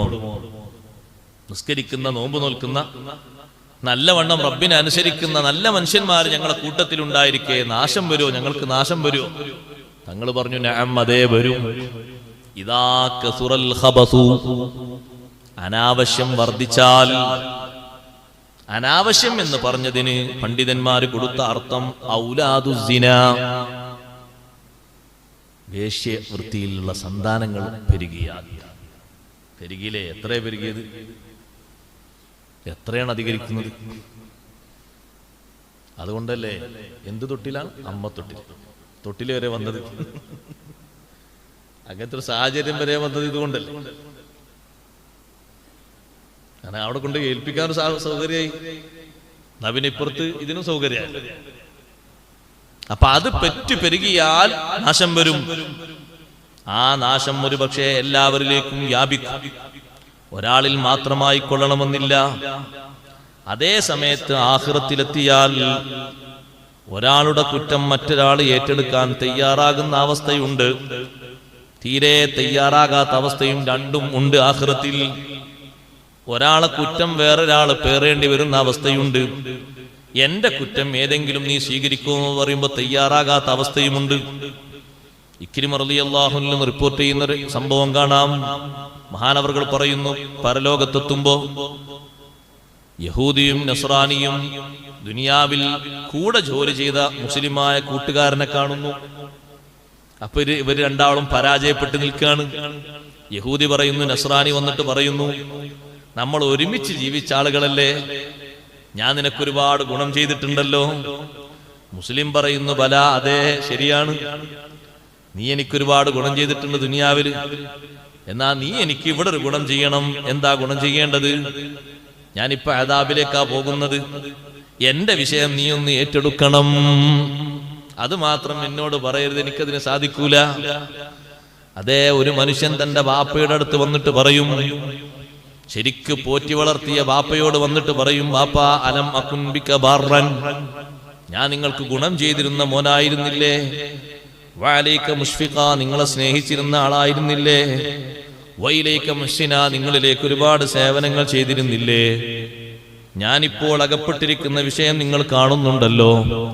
അതുകൊണ്ട് നിങ്ങളെ ഹസനാത്തിൽ നിന്ന് കുറച്ചെനിക്ക് തരണം, അല്ലെങ്കിൽ എന്റെ കുറ്റങ്ങൾ കുറച്ച് നിങ്ങൾ അങ്ങ് ഏറ്റെടുക്കണം. ബാപ്പ പറയും, മോനെ, ഇന്നല്ലദീ സഅൽതനീ യസീർ, നീ ചോദിച്ചത് ചെറിയ കാര്യം തന്നെയാണ്, പക്ഷേ വലാകിന്നി അഖാഫു മിസ്ല മാ തഖാഫുൽ, നീ പേടിക്കുന്നത് പോലെ ഞാനും പേടിക്കുന്നു. തരാൻ പറ്റൂല. എന്റെ ഹസനത്തിൽ നിന്ന് നിനക്കൊന്നും തരാൻ പറ്റൂല, നിന്റെ സയ്യത്ത് ഞാനും ഏറ്റെടുക്കൂല. ബാപ്പ മകനോട്, മകൻ ഭർത്താവ് ഭാര്യയോട്, അവിടൊക്കെ അതിന്റെ പഴുതന്വേഷിക്കും. ഹദീസിൽ കാണാം, ഭർത്താവ് ഭാര്യയോടും പറയും, ഞാൻ നിനക്ക് ഒരുപാട് സേവനമൊക്കെ ചെയ്തില്ലേ, ഇന്നിപ്പോ സംഗതി എന്റെ കാര്യം മോശമാണ്, അതുകൊണ്ട് കുറച്ച് നീ ഏറ്റെടുക്കണം. നല്ല നിറഞ്ഞ അമലും കാര്യമൊക്കെ ഉള്ള ഭാര്യയോട് പറയാം, ഞാൻ സംഗതി ജീവിതം പോക്കായിരുന്നു, പക്ഷേ നിനക്ക് വേണ്ടതൊക്കെ ഞാൻ ചെയ്ത, നീ ജീവിക്കാനുള്ള അവസ്ഥയും ഭക്ഷണവും സൗകര്യവും നിന്റെ മക്കൾക്കും ഒക്കെ ഞാൻ ചെയ്തെന്നില്ലേ, കുറച്ച് നീ ഏറ്റെടുക്കണം. ആ സമയത്ത് ഭാര്യയും പറയും, ഇല്ല, എനിക്കതിന് സാധിക്കൂല. ഖുർആൻ പറഞ്ഞു, വൈൻ തദഉ മുസ്ഖലത്തുൻ ഇലാ ഹിംലിഹാ ലാ യുഹ്മൽ മിൻഹു ശൈഉൻ വലൗ കാന ദാ ഖുർബാ. ഏറ്റെടുക്കാൻ വേണ്ടി വിളിക്കപ്പെടുന്നത് കുടുംബക്കാരായാൽ പോലും ശരി, ഏറ്റെടുക്കൂല, കുറ്റങ്ങൾ ഏറ്റെടുക്കൂല. ഫുളൈൽ ഇബ്നു ഇയാദ് റളിയല്ലാഹു അൻഹു പറഞ്ഞു, മാതാവ് വരുന്ന അവസ്ഥ, മകനോട് പരാതി പറയാൻ, മോനെ, യാ വലദി അലം യകുൻ ബത്നി ലക ബിആ, എന്റെ പള്ള നിനക്കുള്ള പാത്രമായിരുന്നില്ലേ, നീ പാത്രത്തിൽ കിടന്ന് വളർന്ന ആളല്ലേ. അലം യകുൻ സദീ ലക സിഖാ, നിനക്ക് കുടിക്കാനുള്ള പാനപാത്രം എന്റെ സ്ഥനമായിരുന്നില്ലേ. അലം അകുൻ ഹജ്രീ ലക വിത്വാ, എന്റെ മടിത്തട്ട് നിനക്കുള്ള വിരിപ്പായിരുന്നില്ലേ. അതേ ഉമ്മ, അതൊക്കെ ശരിയാണ്. എന്നാ മോനെ, ഖദ് അസ്ഖലത്നി ദുനൂബി, എന്റെ വൈകല്യങ്ങൾ എനിക്ക് ഘനമായിട്ടുണ്ട്, ഭാരമായിട്ടുണ്ട്, കുറച്ച് നീ അങ്ങ് ഏറ്റെടുക്കണം. ഫഹ്മൽ അന്നി മിൻഹാ ദംബൻ വാഹിദാ, ഒരു തെറ്റ് നീ ഒന്ന് ഏറ്റെടുക്കണം. മകൻ പറയും, ഇലൈക അന്നി യാ ഉമ്മ, അതുമാത്രം പറയരുത്, നിങ്ങൾ പോകണം.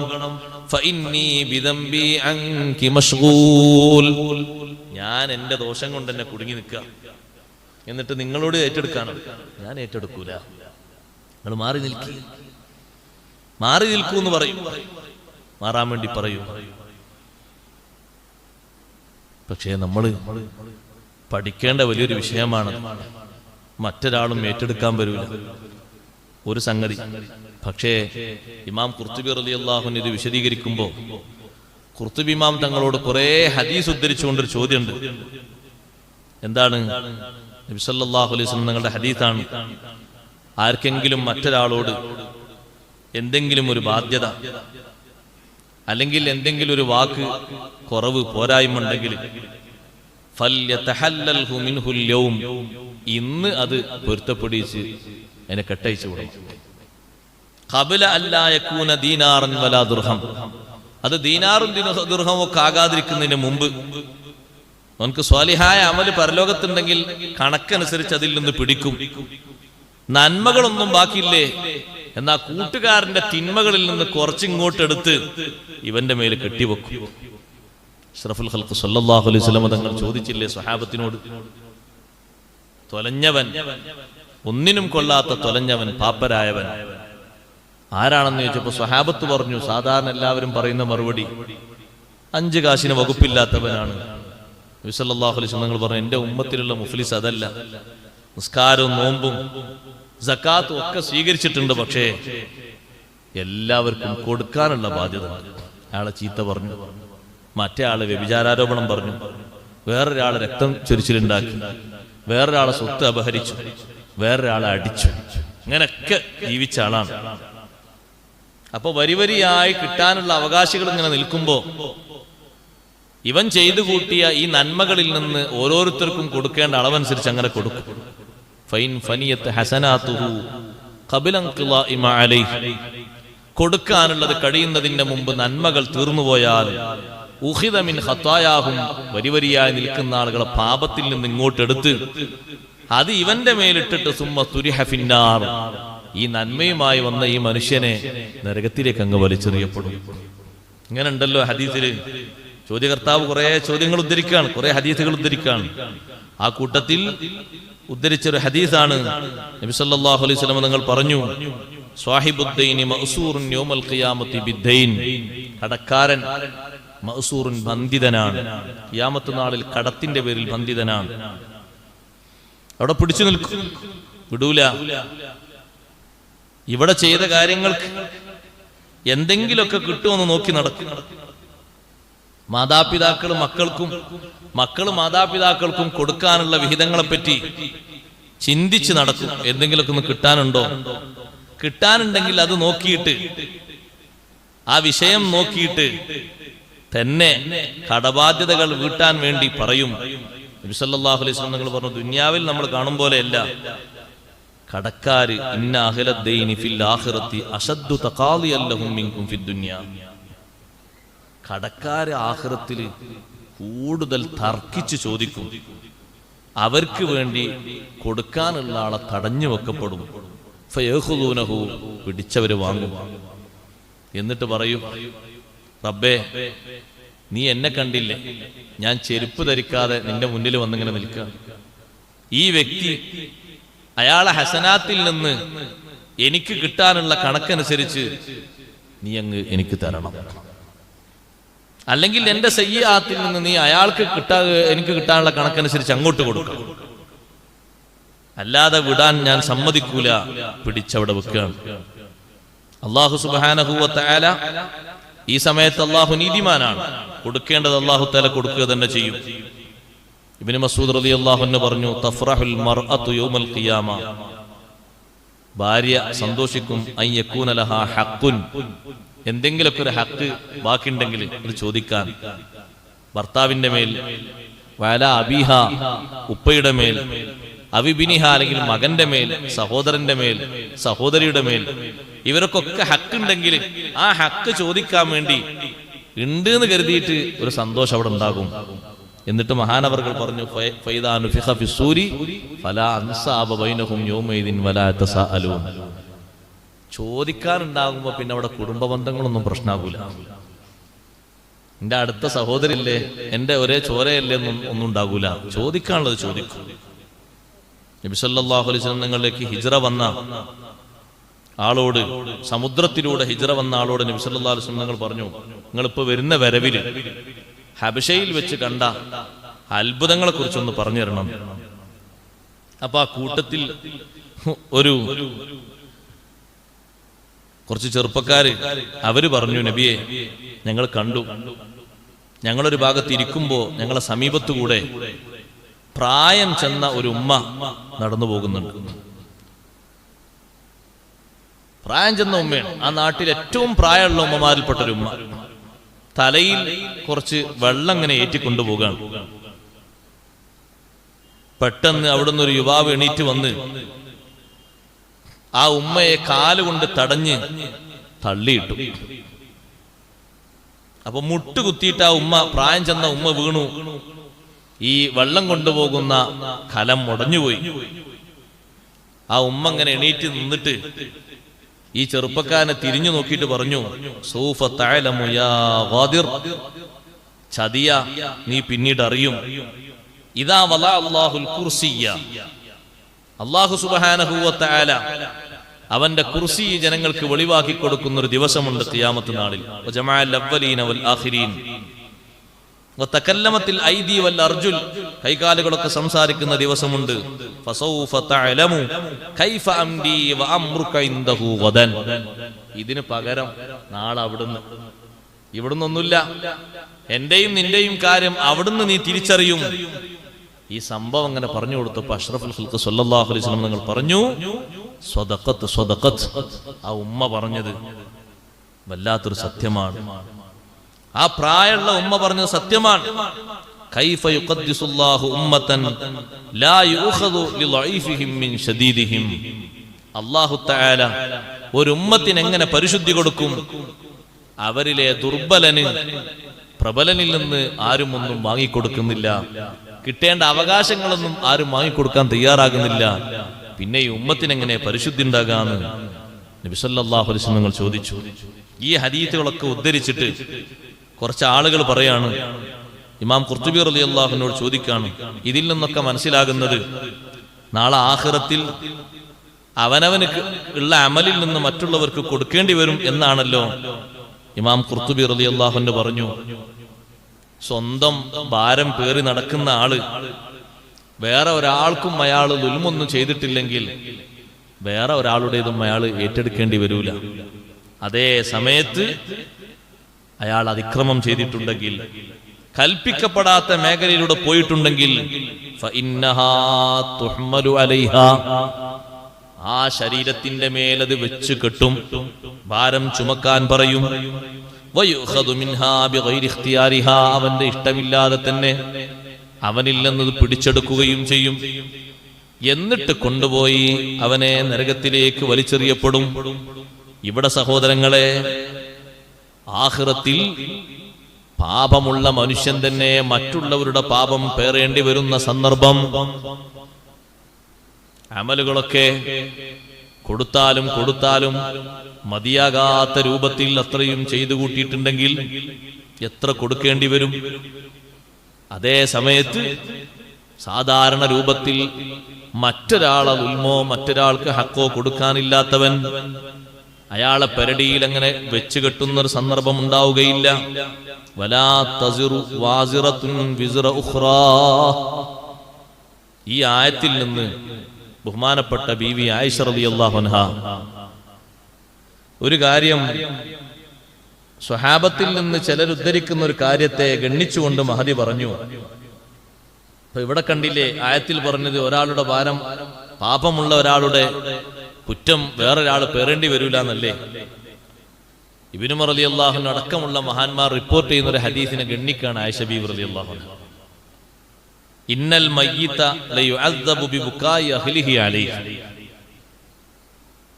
കുടുംബക്കാർ കരയൽ കൊണ്ട് മയ്യത്തിന് ശിക്ഷ നൽകപ്പെടും എന്നൊരുപാട് മഹാന്മാർ റിപ്പോർട്ട് ചെയ്ത ഹദീസിലുണ്ട്. ഒന്നു രണ്ടു ആളുകളല്ല, ഒരുപാട് മഹാന്മാർ. ഉമർ റളിയല്ലാഹു അൻഹു, മുഗീറത്ത് ബിൻ ശുബ റളിയല്ലാഹു അൻഹു, ഇങ്ങനെ തുടങ്ങി ഒരുപാട് മഹാന്മാർ. ഈ റിപ്പോർട്ടും ശരി തന്നെയാണ്, റിപ്പോർട്ടിൽ യാതൊരു കുഴപ്പമില്ല. പക്ഷെ രണ്ടും രണ്ട് രൂപത്തിൽ മനസ്സിലാക്കണം. ആയത്തും ഹദീസും തമ്മിൽ എതിരില്ല. ആയിഷ ബീവി റളിയല്ലാഹു അൻഹ പറഞ്ഞ് അങ്ങനെ കുടുംബക്കാർ കരഞ്ഞുകൊണ്ടൊന്നും മയ്യത്തിന് ശിക്ഷ ഉണ്ടാകൂല. കാരണം അല്ലാഹു തആല പറഞ്ഞു, വലാ തസിറു വാസിറത്തുൻ വിസ്റ ഉഖ്റാ. വേറൊരാളുടെ പാപം മറ്റൊരാൾ ഏറ്റെടുക്കേണ്ടി വരൂല, വഹിക്കേണ്ടി വരൂല എന്നാണ്. പക്ഷേ മഹാന്മാര് അത് രേഖപ്പെടുത്തി. അങ്ങനെ വരുന്നൊരു സന്ദർഭമുണ്ട്. ആയത്തും ഹദീസും തമ്മിൽ എതിരൊന്നുമില്ല, വരുന്നൊരു സന്ദർഭമുണ്ട്, ശിക്ഷിക്കപ്പെടുന്നൊരു സന്ദർഭം. എപ്പോഴാണത്?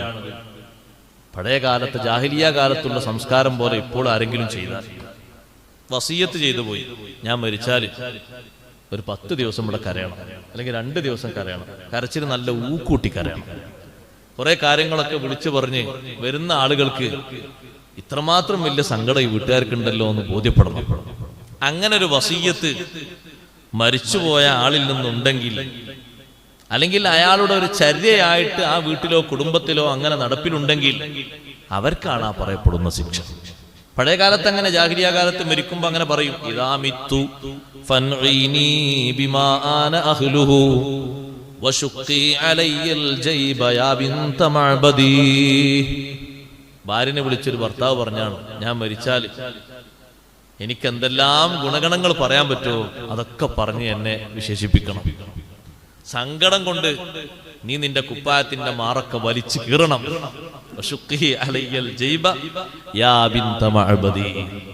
സങ്കടപ്പെടാൻ വേണ്ടി പഠിപ്പിച്ചത് അല്ല. ഇത് പറഞ്ഞെടുത്ത് ചില മഹാന്മാരായ പണ്ഡിതന്മാർ പറഞ്ഞു, ഈ ഹദീസിന്റെ ബാഹ്യഭാഗം തന്നെ ഉദ്ദേശിക്കപ്പെടാം. കാരണം മാതാപിതാക്കളിൽ നിന്ന് മക്കൾക്കും മറ്റും പകർന്നു കൊടുക്കുന്ന അറിവ് കുറവായതുകൊണ്ട് എവിടുന്നോ കിട്ടിയ സംസ്കാരം അവർ വെച്ചു പുലർത്തിയിട്ട് അങ്ങനെ ഒരു കരച്ചിലുണ്ടാക്കിയാൽ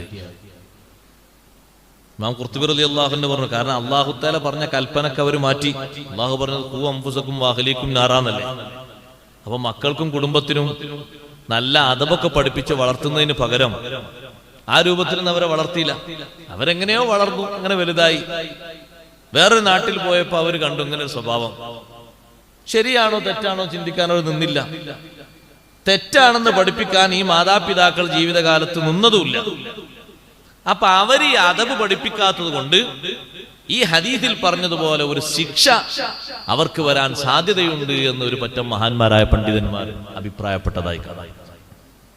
കാരണം അദബ് പഠിപ്പിക്കേണ്ടതാണ്, അങ്ങനെ ചെയ്യാൻ പാടില്ല, അങ്ങനെ ചെയ്യാൻ പാടില്ല എന്ന് പറഞ്ഞു കൊടുത്തെങ്കിലല്ലേ അത് സ്വീകരിക്കാൻ പറ്റും. അങ്ങനെ പറഞ്ഞു കൊടുക്കാത്തത് കൊണ്ട് വലാ തസിറു വാസിറത്തുൻ വിസ്റ ഉഖ്റ. കുറ്റം ചെയ്ത ഒരു ശരീരം മറ്റൊരു ശരീരത്തിന്റെ കുറ്റം വഹിക്കുകയില്ല.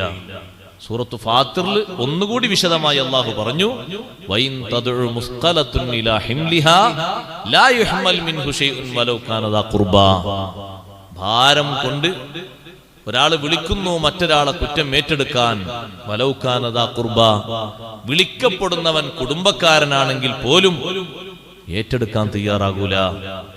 നല്ല വഴിക്ക് പോകുമ്പോ ഒരുപാട് കനങ്ങൾ നാളെ മറ്റുള്ളവരുടേത് ഏറ്റെടുക്കേണ്ട അവസ്ഥയും നമുക്കുണ്ടാകരുത്. പാപം ചുമക്കേണ്ട അവസ്ഥയുണ്ടാകരുത്. സത്യത്തിൽ നിങ്ങൾ ചെയ്തോളൂ, ഞങ്ങളൊക്കത് വഹിച്ചോളാന്ന് പറഞ്ഞത് സത്യനിഷേധികളാണ്. അവർക്കതൊരു പ്രശ്നമല്ല. അവരങ്ങനെ പറയും, ഇത്തബിഉ സബീലന വൽ നഹ്മിൽ ഖത്വായാകും വമാ ഹും ബിഹാമിലീന മിൻ ഖത്വായാഹും മിൻ ശൈ. സത്യനിഷേധികളായ നേതാക്കൾ അവരുടെ അനുയായികളോട് പറയും, നിങ്ങൾ ചെയ്യേണ്ടതൊക്കെ ചെയ്തോളൂ, ഞങ്ങളത് ഏറ്റെടുത്തോളൂ. അങ്ങനെ ഏറ്റെടുക്കാൻ കഴിയുമോ? അങ്ങനെ ചിലപ്പോ ആൾക്കാർ പറയും, അല്ലേ, നിങ്ങളൊക്കെ ചെയ്തോളി, ബാക്കിയുള്ള നമ്മൾ നോക്കിയോളാം, നമ്മൾ ഏറ്റെടുത്തോളാം, നിങ്ങൾ ചെയ്യേണ്ടതൊക്കെ ചെയ്തോളി, ബാക്കിയുള്ളതൊക്കെ നമുക്ക് വിട്ടാൽ മതി. അങ്ങനെ പറ്റൂല, അങ്ങനെ ഏറ്റെടുക്കാനും പറ്റൂലല്ലോ. എന്നിട്ട് അവസാനം സൂറത്തിന്റെ ആയത്തിന്റെ അവസാനം, വമാ കുന്നാ മുഅദ്ദിബീന ഹത്താ നബ്അസ റസൂലാ, നമ്മളൊരാളെയും ശിക്ഷിക്കുകയില്ല, ഹത്താ നബ്അസ റസൂലാ, ഒരു റസൂലിനെ അയക്കുന്നത് വരെ. നിങ്ങൾ നോക്ക്, അല്ലാഹു തആല മനുഷ്യരെ സന്മാർഗത്തിലാക്കാൻ ഓരോ കാലത്തേക്ക് മുർസലീങ്ങൾ അല്ലാഹു തആല അയച്ചിട്ടുണ്ട്. വിശദമായി ചർച്ച ചെയ്യപ്പെട്ട ഒരു ഭാഗമാണത്. പക്ഷേ മഹാന്മാരായ മുർസലീങ്ങളുടെ സന്ദേശമോ അവരുടെ വഹയോ ലഭിക്കാത്ത ഒരു വിഭാഗം ആളുകൾ അഹ്ലുൽ ഫത്ര, ഫത്രത്തിന്റെ ആളുകൾ എന്ന് പറയും. എന്ന് പറഞ്ഞാൽ അവർക്ക് ഒരു റസൂലിന്റെ റിസാലത്തോ പ്രചരണമോ ഒന്നും എത്തിയിട്ടില്ല. ബഹുമാനപ്പെട്ട ഈസാ നബി അലൈഹിസ്സലാം അവരെ ഉയർത്തപ്പെട്ട് നബി സല്ലല്ലാഹു അലൈഹി വസല്ലം വരുന്നതിനിടക്ക് 6 നൂറ്റാണ്ടുണ്ട്. അതിനിടക്ക് പല ഭാഗങ്ങളിലും നുബുവത്തും റിസാലത്തിന്റെയും ഈസാ നബിയുടെ സന്ദേശം എത്താതെ അങ്ങനെ ജീവിച്ചിരുന്ന ആളുകളുണ്ട്. പക്ഷേ അവര് നല്ല നിലക്ക് ജീവിതത്തിന്റെ ചിട്ടകളൊക്കെ പാലിച്ച് മുന്നോട്ട് നീങ്ങുന്നു. ഒരിക്കലും അവർ വഴിതെറ്റി മറ്റൊരു റൂട്ടിലേക്ക് അവർ പോയിട്ടില്ല.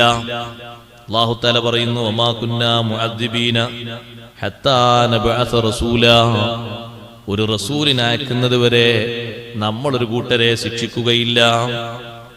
റസൂലിനെ അയച്ചിട്ട് പ്രബോധനം കൊടുത്ത് ആളുകൾ സ്വീകരിക്കാൻ വേണ്ടി അല്ലാഹു തആല ഒരു സബബ് വെക്കുന്നു. ഓരോ ഭാഗത്തേക്കും മുർസലീങ്ങളെ അല്ലാഹു തആല അയക്കുന്നു. എന്നിട്ട് ആ മുർസലീങ്ങൾ പ്രബോധനം ചെയ്യുന്നു. ഫത്രത്തിന്റെ അഹ്ലുകാർ അവര് നരകക്കാരാണ് എന്ന് വിധി എഴുതാൻ പറ്റില്ല. ഈ ആയത്ത് ഓതിക്കൊടുത്തപ്പോ ബീവി ആയിഷ റളിയല്ലാഹു അൻഹാ നബി സല്ലല്ലാഹു അലൈഹി വസല്ലം ചോദിച്ചു, നബിയെ, അപ്പൊ നമ്മളെ നാട്ടിൽ നിന്നൊക്കെ മരിച്ചു പോകുന്ന മുശ്രിക്കുകളുടെ ചെറിയ കുട്ടികളുണ്ടല്ലോ, അപ്പൊ അവരോന്ന് ചോദിച്ചു. അപ്പൊ പണ്ഡിതന്മാരിൽ ബഹുഭൂരിപക്ഷം ആളുകൾ പറഞ്ഞു, ഔലാദുൽ കുഫാരി ഖുദ്ദാമു അഹ്ലിൽ ജന്ന, അവർ സ്വർഗക്കാർക്കുള്ള ഖാദിമീങ്ങളാണ്. ചെറിയ കുട്ടികൾ സ്വന്തം മക്കളെ ഒരു വാപ്പയും വിട്ടുകൊടുക്കൂല. മാത്രല്ല വിശ്വാസികളുടെ മക്കൾ അവരോടുകൂടെ നമ്മൾ ആ മക്കളെ ചേർക്കുന്നതാണ് അല്ലാഹു തആല പറഞ്ഞത്. അൽഹഖ്നാ ബിഹിം ദുര്രിയത്തുഹും ആലത്നാഹും മിൻ അമലിഹിം മിൻ ശൈ. ഈമാനോട് കൂടെ പോയി ആ ഈമാനിൽ കൂടെ നടന്ന മക്കളെ ആ വാപ്പമാരിലേക്ക് ഉമ്മമാരിലേക്ക് ചേർത്തി കൊടുക്കും. അത് പിന്നെ ഒരു വാപ്പയും ചെറിയ കുട്ടിയാണെങ്കിലും അങ്ങോട്ടും കൊണ്ട് വിട്ടുകൊടുക്കാൻ തയ്യാറാണ്. അപ്പൊ അവിടെ ഖാദിമീങ്ങൾ ഉണ്ടല്ലോ, ചെറിയ കുട്ടികൾ, വയതൂഫു അലൈഹിം വിൽദാനും മുഖല്ലദൂൻ, ചുറ്റിക്കറങ്ങുന്ന മക്കളുണ്ടല്ലോ ചെറിയ കുട്ടികൾ. അതാരാണ്? രണ്ടഭിപ്രായം പറഞ്ഞെടുത്ത് ഒരഭിപ്രായം മഹാന്മാര് പറഞ്ഞു, മുഅ്മിനീങ്ങളായ ആളുകളുടെ കുട്ടികളെ ബാപ്പമാരും ഉമ്മമാരൊന്നും വിട്ടുകൊടുക്കാത്തത് കൊണ്ട് അത് മുശ്രിക്കുകളുടെ കാഫിരീങ്ങളുടെ ചെറിയ കുട്ടികൾ, മരണപ്പെട്ടു പോകുന്നവർ, അവർക്ക് ശിക്ഷയും കാര്യങ്ങളൊന്നുമില്ല. അതുകൊണ്ട് അവർക്ക് അങ്ങനെ ഒരു ഡ്യൂട്ടി അവിടെ ഏൽപ്പിക്കുകയാണ്, ഖിദ്മത്തിന് വേണ്ടി. കാരണം അവർക്ക് പ്രത്യേക പ്രബോധനങ്ങളും കാര്യങ്ങളൊന്നും എത്തിയിട്ടില്ല. ഒരു കാര്യങ്ങളൊന്നും മനസ്സിലാക്കിയിട്ട് വിജയത്തിനെ വിലയിരുത്താനോ സ്വീകരിക്കാനോ സമയമായിട്ടില്ല. അതുകൊണ്ടാണ് അങ്ങനെ. ഇതേ രൂപത്തിൽ ഫത്രത്തിന്റെ അഹ്ലുകാരിൽപ്പെട്ട പ്രബോധനത്തിന്റെ മേഖല എത്താത്ത ഒരുപാട് വിഭാഗം ആളുകൾ പഴയ കാലത്ത്, ഇപ്പോഴുണ്ടോന്നറിയില്ല, പഴയ കാലത്ത് നബി സല്ലല്ലാഹു അലൈഹി വസല്ലം തങ്ങളുടെ നിയോഗിക്കപ്പെടുന്നതിന്റെ മുമ്പ് ജീവിച്ചവരിലുണ്ട്. പക്ഷെ അവരിൽ തന്നെ ഇബ്രാഹിം നബി അലൈഹിസ്സലാമിന്റെ മില്ലത്തിലായി ജീവിച്ച് നബി സല്ലല്ലാഹു അലൈഹി വസല്ലം തങ്ങളെ കാത്തു കഴിഞ്ഞ ഒരുപാട് ആളുകളുണ്ട്. തങ്ങൾ വരുന്നതിന്റെ മുമ്പ് മരണപ്പെട്ടു പോയി. പഴയകാല ഗ്രന്ഥങ്ങളിൽ നിന്ന് ആളുകൾ പറഞ്ഞു കേട്ടതിനനുസരിച്ചുള്ള വിവരം അനുസരിച്ച് പണ്ഡിതന്മാര് പറഞ്ഞു, അങ്ങനെയാണെങ്കിലും ശിർക്ക് വെച്ച് മുശ്രിക്കീങ്ങളായി നടന്ന ആളുകൾക്ക് പൊറുക്കപ്പെടുകയില്ല. കാരണം അല്ലാഹു തആലാന്റെ ഏകത്വം മനസ്സിലാക്കാൻ ഒരു മനുഷ്യന് അല്ലാഹു തആല സംവിധാനിച്ച ഈ പ്രപഞ്ചത്തിലെ തെളിവുകൾ തന്നെ മതി. ഏകത്വം മനസ്സിലാക്കാൻ, തൗഹീദ് മനസ്സിലാക്കാൻ. അതിന് ഒരു നബി വന്നിട്ട് ഓതിക്കൊടുത്തോളണം എന്നില്ല. അതിനാണ് അല്ലാഹു തആല ബുദ്ധി കൊടുത്തു. ആ ബുദ്ധി കൊണ്ട് കാര്യങ്ങൾ മനസ്സിലാക്കിയെടുക്കാൻ എല്ലാവർക്കും കഴിയും. ചിലർ ചോദിക്കും, ഉസ്താദേ ഓർക്കൊക്കെ ദീനീദേവത്ത് എത്തിയിട്ടില്ലല്ലോ, ഓലൊക്കെ ദീനീദേവത്ത് കിട്ടാതെ അങ്ങനെ മരിച്ചുപോയതല്ലോ, നബിനെ മറ്റീനെങ്ങനെ ദേവത്ത് എത്തിയത്? അവരിപ്പോ ചെയ്തുകൊണ്ടിരിക്കുന്ന കാര്യങ്ങൾ ചെയ്യാൻ. അപ്പൊ അല്ലാഹു തആലാന്റെ ഏകത്വം മനസ്സിലാക്കാനുള്ള ബുദ്ധി അല്ലാഹു സുബ്ഹാനഹു വ തആല ബുദ്ധിയുള്ള എല്ലാ മനുഷ്യന്മാർക്കും കൊടുത്തിട്ടുണ്ട്. ആ ബുദ്ധി കൊണ്ട് നേർക്കുനേരെ ചിന്തിച്ച് മനസ്സിലാക്കുന്ന ആളുകൾ അത് മനസ്സിലാക്കും, അല്ലാത്തവർ ആ വഴിയിലേക്ക് വരൂല. ഇവിടെ പ്രബോധനം എത്താതെ ജീവിച്ചിട്ടും ശിർക്ക് വെക്കാതെ നല്ല തൗഹീദിലായി അടിയുറച്ചു നിന്നുപോയ ഒരുപാട് മഹത്തുക്കളുണ്ട്. അവരിൽപ്പെട്ട ഒരു മഹാനാണ് അബ്ദുൽ മുത്തലിബ്. നിങ്ങൾ നോക്കുക, അബ്ദുൽ മുത്തലിബ് ഒരിക്കലും ഒരു സ്വനമിന് അബ്ദുൽ മുത്തലിബ് തനകുനിച്ചിട്ടില്ല. ബഹുമാനപ്പെട്ട സയ്യിദുന അബൂബക്കർ സിദ്ദീഖ് റളിയല്ലാഹു അൻഹു നബി സല്ലല്ലാഹു അലൈഹി വസല്ലം തങ്ങളെ കൊണ്ട് വിശ്വസിക്കുന്നതിന് മുമ്പ് തന്നെ ഒരിക്കൽ പോലും ഒരു പ്രതിമക്ക് ബലിദാനം ചെയ്യുകയോ ആരാധന നടത്തുകയോ ചെയ്തിട്ടില്ല. അതാ ഞാൻ പറഞ്ഞ, ബുദ്ധി ഉണ്ടെങ്കിൽ മനസ്സിലാക്കാൻ പറ്റും. എങ്ങനെയാ സിദ്ദീഖ് റളിയല്ലാഹു എങ്ങനെ ആരാധിക്കാതിരുന്നത്? സിദ്ദീഖ് റളിയല്ലാഹുവിന് മാത്രം ഒരു മെസ്സേജ് ഉണ്ടായിരുന്നു. അന്ന് മഹാനവറുകളുടെ ചരിത്രത്തിൽ കാണാം, നേരത്തെ വിശുദ്ധിയിൽ ജീവിച്ചതാണ്. ബഹുമാനപ്പെട്ട ബീവി ഖദീജ റളിയല്ലാഹു അൻഹ. ഖദീജ ബീവിക്ക് എന്താ വിളിക്കുന്ന പേര്? ഖദീജത്തു ത്വാഹിറാണ്. ജാഹിലിയ്യ കാലഘട്ടത്തിലും വിളിക്കുന്ന പേരെങ്ങനെയാണ്, ശേഷവും വിളിക്കുന്ന പേരെങ്ങനെയാണ്. എന്താ അതിന്റെ കാരണം? അതിന്റെ പിന്നിലെ പ്രധാനപ്പെട്ട ഒരു കാരണം, ഒരിക്കലും ഒരു സ്വനമിന് സുജൂദ് ചെയ്തിട്ടില്ല, ആരാധിച്ചിട്ടില്ല. ആ ഒരു പരിശുദ്ധിയിലായിട്ടാണ് ബീവി ഖദീജ റളിയല്ലാഹു അൻഹ ജീവിച്ചത്. പിന്നെ ലാസ്റ്റ് ഘട്ടങ്ങളിൽ ഖദീജ റളിയല്ലാഹു അൻഹ അന്വേഷണത്തിലായിരുന്നു. വറഖത്ത് ബിൻ നൗഫലിൽ നിന്നും മറ്റും കിട്ടിയ വിവരങ്ങൾക്കനുസരിച്ച് ഒരു നബിയുടെ കാത്തിരിപ്പിന് വേണ്ടി അന്വേഷിച്ചുകൊണ്ട് നടക്കുകയായിരുന്നു. അബ്ദുൽ മുത്തലിബ്, നിങ്ങൾ നോക്ക്, ചില ആളുകൾ അബ്ദുൽ മുത്തലിബിനെയും നബി സല്ലല്ലാഹു അലൈഹി വസല്ലം തങ്ങളുടെ മാതാക്കളെയും പിതാക്കളെയും ഒക്കെ ശിർക്കിലേക്ക് കൊണ്ടുപോയി. അഊദു ബില്ലാഹി മിൻ ദാലിക, അല്ലാഹു കാത്തുരക്ഷിക്കട്ടെ. അങ്ങനെ പറയാൻ പറ്റില്ല. അതിനൊന്ന്, അവരീ പറഞ്ഞ ആയത്തിൽ പറഞ്ഞതിനനുസരിച്ചാണെങ്കിൽ ഒരിക്കലും ശിക്ഷിക്കപ്പെടുന്ന ആളുകളല്ല. രണ്ടാമത്, അവർ ആ കാലഘട്ടത്തിൽ ജീവിക്കുമ്പോഴും അള്ളാഹുവിനെ ആരാധിച്ച ആളുകളാണ്. അബ്ദുൽ മുത്തലിബ് എന്ത് വിഷമങ്ങൾ ഉണ്ടായാലും കഅബന്റെ അടുത്ത് പോയി, അവിടെ വേറെയും കുറെ ആളുകളുണ്ടല്ലോ, പലരും ഉണ്ടല്ലോ, അവരോടൊന്നും പറയാതെ അള്ളാഹുവിനോടല്ലേ അബ്ദുൽ മുത്തലിബ് പറഞ്ഞിരുന്നത്. അബ്രഹത്തും കൂട്ടരും വന്നപ്പോൾ വരെ അള്ളാഹുവിനെ വിളിച്ച് പ്രാർത്ഥന നടത്തി, പടച്ചോനെ യാ റബ്ബി ലാ അർജൂ ലഹും സീവാക, നിന്നെ അല്ലാതെ ഞാൻ മറ്റാരെയും ഇവർക്ക് പ്രതീക്ഷിക്കുന്നില്ല. അതുകൊണ്ട് അവര് വരുമ്പോ അവരുടെ ശക്തി നീ ക്ഷയിപ്പിക്കണം, അല്ലെങ്കിൽ നിന്റെ ഈ പരിശുദ്ധമായ കഅബ സംരക്ഷിക്കാൻ ഞങ്ങൾക്ക് കഴിയില്ല. അബ്രഹത്ത് രാജാവിനോടും അബ്ദുൽ മുത്തലിബ് പറഞ്ഞത് അങ്ങനെയാണ്. ചർച്ചയ്ക്ക് വേണ്ടി പോയപ്പോ കഅബന്റെ ഒരു വിഷയവും പറയാതെ എന്റെ തൊഴിലാളി വന്നിട്ട് എന്നോട് പറഞ്ഞു, നിങ്ങളെ കൂട്ടത്തിൽപ്പെട്ട ഏതോ ഒരാൾ ഒട്ടകങ്ങളെ തെളിച്ചു കൊണ്ടുപോയി എന്ന് എന്നോട് പരാതി പറഞ്ഞു. ഞാനത് അന്വേഷിക്കാൻ വേണ്ടി വന്നതാണ്. അബ്ദുൽ മുത്തലിബിനോട് അബ്രഹത്ത് രാജാവ് പറഞ്ഞു, നിങ്ങൾ വരുമ്പോ എനിക്ക് വലിയ ധൈര്യമായിരുന്നു, നിങ്ങൾ വന്നപ്പോ ചർച്ചയ്ക്ക് വേണ്ടി വന്നപ്പോ നേതാവന്നെ വന്നല്ലോ എന്നുള്ള നിലയ്ക്ക് ഞാൻ സന്തോഷത്തിലായിരുന്നു. പക്ഷെ നിങ്ങൾ വിഷയം പറഞ്ഞപ്പോ നിങ്ങൾ എന്റെ കണ്ണിൽ വളരെ ചെറുതായി. നിങ്ങൾ സ്വന്തം കാര്യമാണ് ഇവിടെ വന്നിട്ട് കാര്യമായി പറഞ്ഞത്, നാട്ടുകാരുടെ കാര്യം കഅബന്റെ കാര്യം ഒന്നും നിങ്ങൾ പറഞ്ഞില്ല. അപ്പൊ അബ്ദുൽ മുത്തലിബ് വിട്ടുകൊടുത്തില്ല. അബ്ദുൽ മുത്തലിബ് പറഞ്ഞു, അന റബ്ബുൽ ലിബിൽ, ഞാൻ ഒട്ടകത്തിന്റെ ഉടമസ്ഥനാണ്. വൈന്നലിൽ ബൈത്തി റബ്ബൻ സയംനഉക അൻഹു, കഅബക്കൊരു റബ്ബ്, ആ റബ്ബ് നിന്നെ തടയുക തന്നെ ചെയ്യും, നിന്നെ അങ്ങോട്ട് അടുപ്പിക്കൂല. ആ ആത്മധൈര്യം കൊണ്ടാണ് അബ്ദുൽ മുത്തലിബ് എന്ന വലിയ നേതാവ് എല്ലാവരോടും അവരവരുടെ വീടുകളിലും അവരവർ ചെയ്യുന്ന സ്ഥാപനങ്ങളിലും ഒതുങ്ങിക്കൂടാൻ പറഞ്ഞു. മക്കക്കാരോട് ആരോടും നിങ്ങൾ വാളും കുന്തവും എടുത്തിട്ട് ഈ ആളുകളെ ഒന്ന് ആട്ടി ഓടിപ്പിക്കണം എന്ന് അബ്ദുൽ മുത്തലിബ് പറഞ്ഞിട്ടില്ല. എന്താ കാരണം? അതൊരു സാധാരണ ധൈര്യമല്ല, അബ്ദുൽ മുത്തലിബിലുള്ള തൗഹീദിന്റെ ധൈര്യമാണ്. കഅബയുടെ വട്ടക്കണ്ണി പിടിച്ച് അള്ളാഹുവിനോട് പ്രാർത്ഥിച്ചു കഴിഞ്ഞു ഉടനെ തന്നെ അബ്ദുൽ മുത്തലിബ് തിരിയുമ്പോ പക്ഷികൾ വരുന്നതാ കാണുന്നത്. അപ്പോൾ പിന്നെ ഇവരെ അവസ്ഥ എന്തായി നോക്കാൻ വേണ്ടിയിട്ട് അബൂ ത്വാലിബിനെ പറഞ്ഞയച്ചു.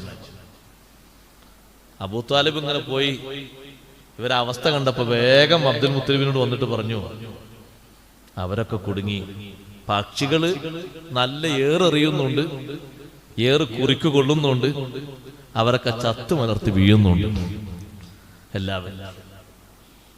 അപ്പോൾ ആ വന്ന അബ്രഹത്തിന്റെ കൂടെയുള്ള ആളുകളൊക്കെ നുഫൈൽ ബിൻ ഹബീബിനെ ചോദിക്കാം. നുഫൈൽ ബിൻ ഹബീബ് എന്ന് പറഞ്ഞ നല്ല മനുഷ്യൻ അബ്രഹത്തിനോട് വഴിവക്കിൽ വെച്ച് നേരിട്ടിട്ട് പറഞ്ഞു, കഅബ പൊളിക്കാൻ പോകരുത്. നേരിട്ടവരൊക്കെ ഇയാൾ പിടിച്ച് അറസ്റ്റ് ചെയ്യും, ചിലരെ കൊന്നും കളയും. അയാളുടെ സ്വാധീനാണ്, യമനിലെ രാജാവല്ലേ, സമ്പത്തും സ്വാധീനമൊക്കെ ഉണ്ടല്ലോ, അന്നൽക്ക് ചെയ്യാം. നുഫൈൽ ബിൻ ഹബീബിനെ കൊല്ലാൻ പുറപ്പെട്ടപ്പോ അദ്ദേഹം പറഞ്ഞു, എന്നെ കൊല്ലരുത്, നിങ്ങൾക്ക് ആർക്കും അറിയാത്ത മക്കയിലെ വഴികളൊക്കെ ചെറുതും വലുതൊക്കെ അറിയുന്ന ആളാണ് ഞാൻ. അപ്പൊ അബ്രഹത്ത് പറഞ്ഞു, കൊല്ലണ്ട, കാരണം മക്കയിലേക്ക് ഇടവഴിയിലൂടെ പോകണമെങ്കിൽ ഇയാളോട് ചോദിച്ചാൽ മതിയല്ലോ. ഇനി മക്കയിൽ പോയി ഒരാളെ സഹായം സ്വീകരിക്കേണ്ട ആവശ്യമില്ല, അയാളെ ഗൈഡായിട്ട് അവിടെ നിന്നോട്ടെ. ഏറ് കിട്ടുന്ന സമയത്ത് എല്ലാവരും ചോദിക്കാണ്, നുഫൈൽ എവിടെ, നുഫൈൽ എവിടെ? അപ്പൊ അദ്ദേഹം പറയാണ്, എല്ലാവരും എന്നെ വിളിച്ച് ചോദിക്കുന്ന എന്താ, അവരെ ചോദ്യം കേൾക്കുമ്പോൾ ഞാൻ അവർക്ക് എന്തോ കടം കൊടുക്കാണ്ട് തോന്നുന്നുണ്ട്. ആ രൂപത്തിലാ വിളിക്കുന്നത്. ഈ ഹബശികൾക്കൊക്കെ ഞാൻ എന്തോ കടം കൊടുക്കാനുണ്ട് എന്ന് തോന്നുന്നുണ്ട്. അതേ രൂപത്തിലാണ് അവരെ ചോദ്യം. ഞാൻ അവർക്കൊന്നും കൊടുക്കാനില്ലല്ലോ, പക്ഷെ വഴി കാണണ്ടേ, തിരിച്ചറിഞ്ഞു പോകണ്ടേ. എത്ര കറക്റ്റായിട്ടാണ് അല്ലാഹു തആല തടഞ്ഞത്. റബ്ബ് നിന്നെ, കഅബന്റെ റബ്ബ് തടയുന്നു പറഞ്ഞ സ്പോട്ടിൽ തടഞ്ഞു. ഒരു രക്ഷയും കിട്ടിയില്ല, ഒരു സംരക്ഷണവും കിട്ടിയില്ല. ആ അബ്ദുൽ മുത്തലിബ് അഷ്റഫുൽ ഖൽഖ് സല്ലല്ലാഹു അലൈഹി വസല്ലം തങ്ങളിലുള്ള അസാധാരണത്വവും വിശ്വസിച്ച വലിയ മഹാനാണ്. അതുകൊണ്ടാണ് കുട്ടിക്കാലത്ത് തങ്ങളെയും എടുത്തിട്ട് മഴ ചോദിക്കാൻ വേണ്ടി കഅബന്റെ മുറ്റത്തേക്ക് അബ്ദുൽ മുത്തലിബ് വന്നു. ആ അബ്ദുൽ മുത്തലിബിനും വിശ്വാസമല്ല എന്ന് പറഞ്ഞാൽ പിന്നെ എന്ത് ചെയ്യും? അബ്ദുൽ മുത്തലിബിന് കറക്റ്റ് വിശ്വാസമുണ്ട്. അതുകൊണ്ടാണ് എല്ലാ ഘട്ടങ്ങളിലും അബ്ദുൽ മുത്തലിബ് ജയിച്ചത്. എതിർത്ത ആളുകൾ മുഴുവനും പരാജയപ്പെട്ടു പോയത്. എന്നാൽ അബൂ ത്വാലിബ് നോക്കി നിങ്ങൾ, അബൂ ത്വാലിബ് അങ്ങനെയല്ല. നബി സല്ലല്ലാഹു അലൈഹി വസല്ലം തങ്ങളുടെ അസാധാരണത്വം മനസ്സിലാക്കിയിട്ടുണ്ടെങ്കിലും തുറന്നു പറയാൻ തയ്യാറാകാത്ത ആളായിരുന്നു അബൂ ത്വാലിബ്. അതുകൊണ്ടാണ് ചെറിയ ശിക്ഷക്ക് അബൂ ത്വാലിബ് വിധേയനാകി വേണ്ടി വരുന്നത്. പിന്നീട് അബൂ ത്വാലിബ് രക്ഷപ്പെടുമെന്ന് അഷ്റഫുൽ ഖൽഖ് സല്ലല്ലാഹു അലൈഹി വസല്ലം തങ്ങൾ പറഞ്ഞു. ലൗലാ കുന്തു അന ലകാന ഫി ദർക്കിൽ അസ്ഫലി മിനൻ നാർ. ഞാൻ ഇവിടെ ഇല്ലായിരുന്നെങ്കിൽ അബൂ ത്വാലിബ് നരകത്തിന്റെ ആഴിയിലായിരിക്കും, അടിത്തട്ടിയിലായിരിക്കും. ലഅല്ലഹു തൻഫഉഹു ശഫാഅത്തി. എന്റെ ശഫാഅത്ത് അബൂ ത്വാലിബിന് പ്രയോജനപ്പെടും. നബി സല്ലല്ലാഹു അലൈഹി വസല്ലം തങ്ങൾക്ക് വലിയ സംരക്ഷണവും സഹായവും സ്നേഹവും അബൂ ത്വാലിബ് കൊടുത്തിട്ടുണ്ട്. ഉള്ളിൽ ഉറച്ച വിശ്വാസമുണ്ട്. നേതൃത്വത്തെയും കൂട്ടുകാരെയും ഭയന്ന് അത് പുറത്തു പറയാൻ അബൂ ത്വാലിബ് തയ്യാറായി. തങ്ങൾ ഏറ്റവും കൂടുതൽ ആഗ്രഹിച്ചിരുന്ന വിഷയവും അത് തന്നെയായിരുന്നു. അബൂ ത്വാലിബിന്റെ ആ ഒരു പ്രഖ്യാപനവും പരസ്യമായിട്ട് നബി സല്ലല്ലാഹു അലൈഹി വസല്ലം തങ്ങളുടെ മുന്നിൽ വെച്ചുള്ള ഷഹാദത്തും സാക്ഷ്യവുമായിരുന്നു തങ്ങൾ പ്രതീക്ഷിച്ചിരുന്നത്. പക്ഷെ അത് കിട്ടിയില്ല. അബൂ ത്വാലിബ് അതിന് കൂട്ടുന്നൊടുത്തില്ല. ബാക്കിയുള്ള ആളുകൾ അതിൽ നിന്ന് പിന്തിരിപ്പിക്കുകയും ചെയ്തു. അന്ന് ജീവിച്ചിരുന്ന കാലത്ത് വേറൊരാളുണ്ടായിരുന്നു, Zaid bin Amr bin Nufail എന്ന് പറയുന്നൊരു. നബി സല്ലല്ലാഹു അലൈഹി വസല്ലം തങ്ങൾ വന്ന കാലത്ത് അദ്ദേഹം വേറൊരു നാട്ടിലാണ്, മിസ്ർ ഭാഗത്ത്, ഇറാഖ് ഭാഗത്തൊരു നാട്ടിലാണ്. ഇബ്രാഹിം നബി അലൈഹി സ്വലാമിന്റെ ദീന് അതേ ഞാൻ ഉൾക്കൊള്ളൂ എന്ന് പറഞ്ഞ് അത് അന്വേഷിക്കാൻ വേണ്ടി പല നാട്ടിലൂടെ ഇങ്ങനെ പോയി വരിക. വരുന്നതിനിടക്ക് ക്രൈസ്തവർ അദ്ദേഹത്തെ വധിച്ചു കളഞ്ഞു. ആ Zaid bin Amr bin Nufail അദ്ദേഹം നല്ല മഹാനായിരുന്നു. അതുകൊണ്ടാണ് അവരോട്, അന്നത്തെ കാലത്ത് ആളുകൾക്ക് ഇതൊന്നും തിരിയില്ല എന്ന് പറയാൻ പറ്റൂല, മക്കക്കാരോട് അദ്ദേഹം പറഞ്ഞു, തറക്തുല്ലാത്ത വൽ ഉസ്സ ജമീഅ കദാലിക യഫഅലു റജുലുൽ ബസീറു റബ്ബൻ വാഹിദൻ അം അൽഫ റബ്ബി അദീനു ഇദാ തഖസ്സമത്തിൽ ഉമൂറു. ഞാൻ പറഞ്ഞു വന്നത് തൗഹീദ് മനസ്സിലാക്കാൻ ഒരു ശരീഅത്തുമായിട്ട് നബി വന്നെങ്കിലല്ലേ മനസ്സിലാക്കാൻ കഴിയുള്ളൂ എന്നല്ല മഹാന്മാർ പഠിപ്പിച്ചത്. തൗഹീദ് മനസ്സിലാക്കാൻ അള്ളാഹു നൽകിയ ബുദ്ധി ഉപയോഗപ്പെടുത്തിയാൽ മതി. അതുകൊണ്ടാണ് Zaid bin Amr bin Nufail പറഞ്ഞത്, ഞാൻ ഒരു റബ്ബിനെയാണോ ആരാധിക്കേണ്ടത്, എനിക്ക് 1000 റബ്ബിനെ. ലാത്തനെ ഞാൻ ഒഴിവാക്കി, ഉസ്സനെ ഒഴിവാക്കി. കദാലിക യഫഅലു റജുലുൽ ബസീറു, ഉൾക്കാഴ്ചയുള്ള ബുദ്ധിയുള്ള മനുഷ്യന്മാർക്ക് എങ്ങനെ ചെയ്യാം.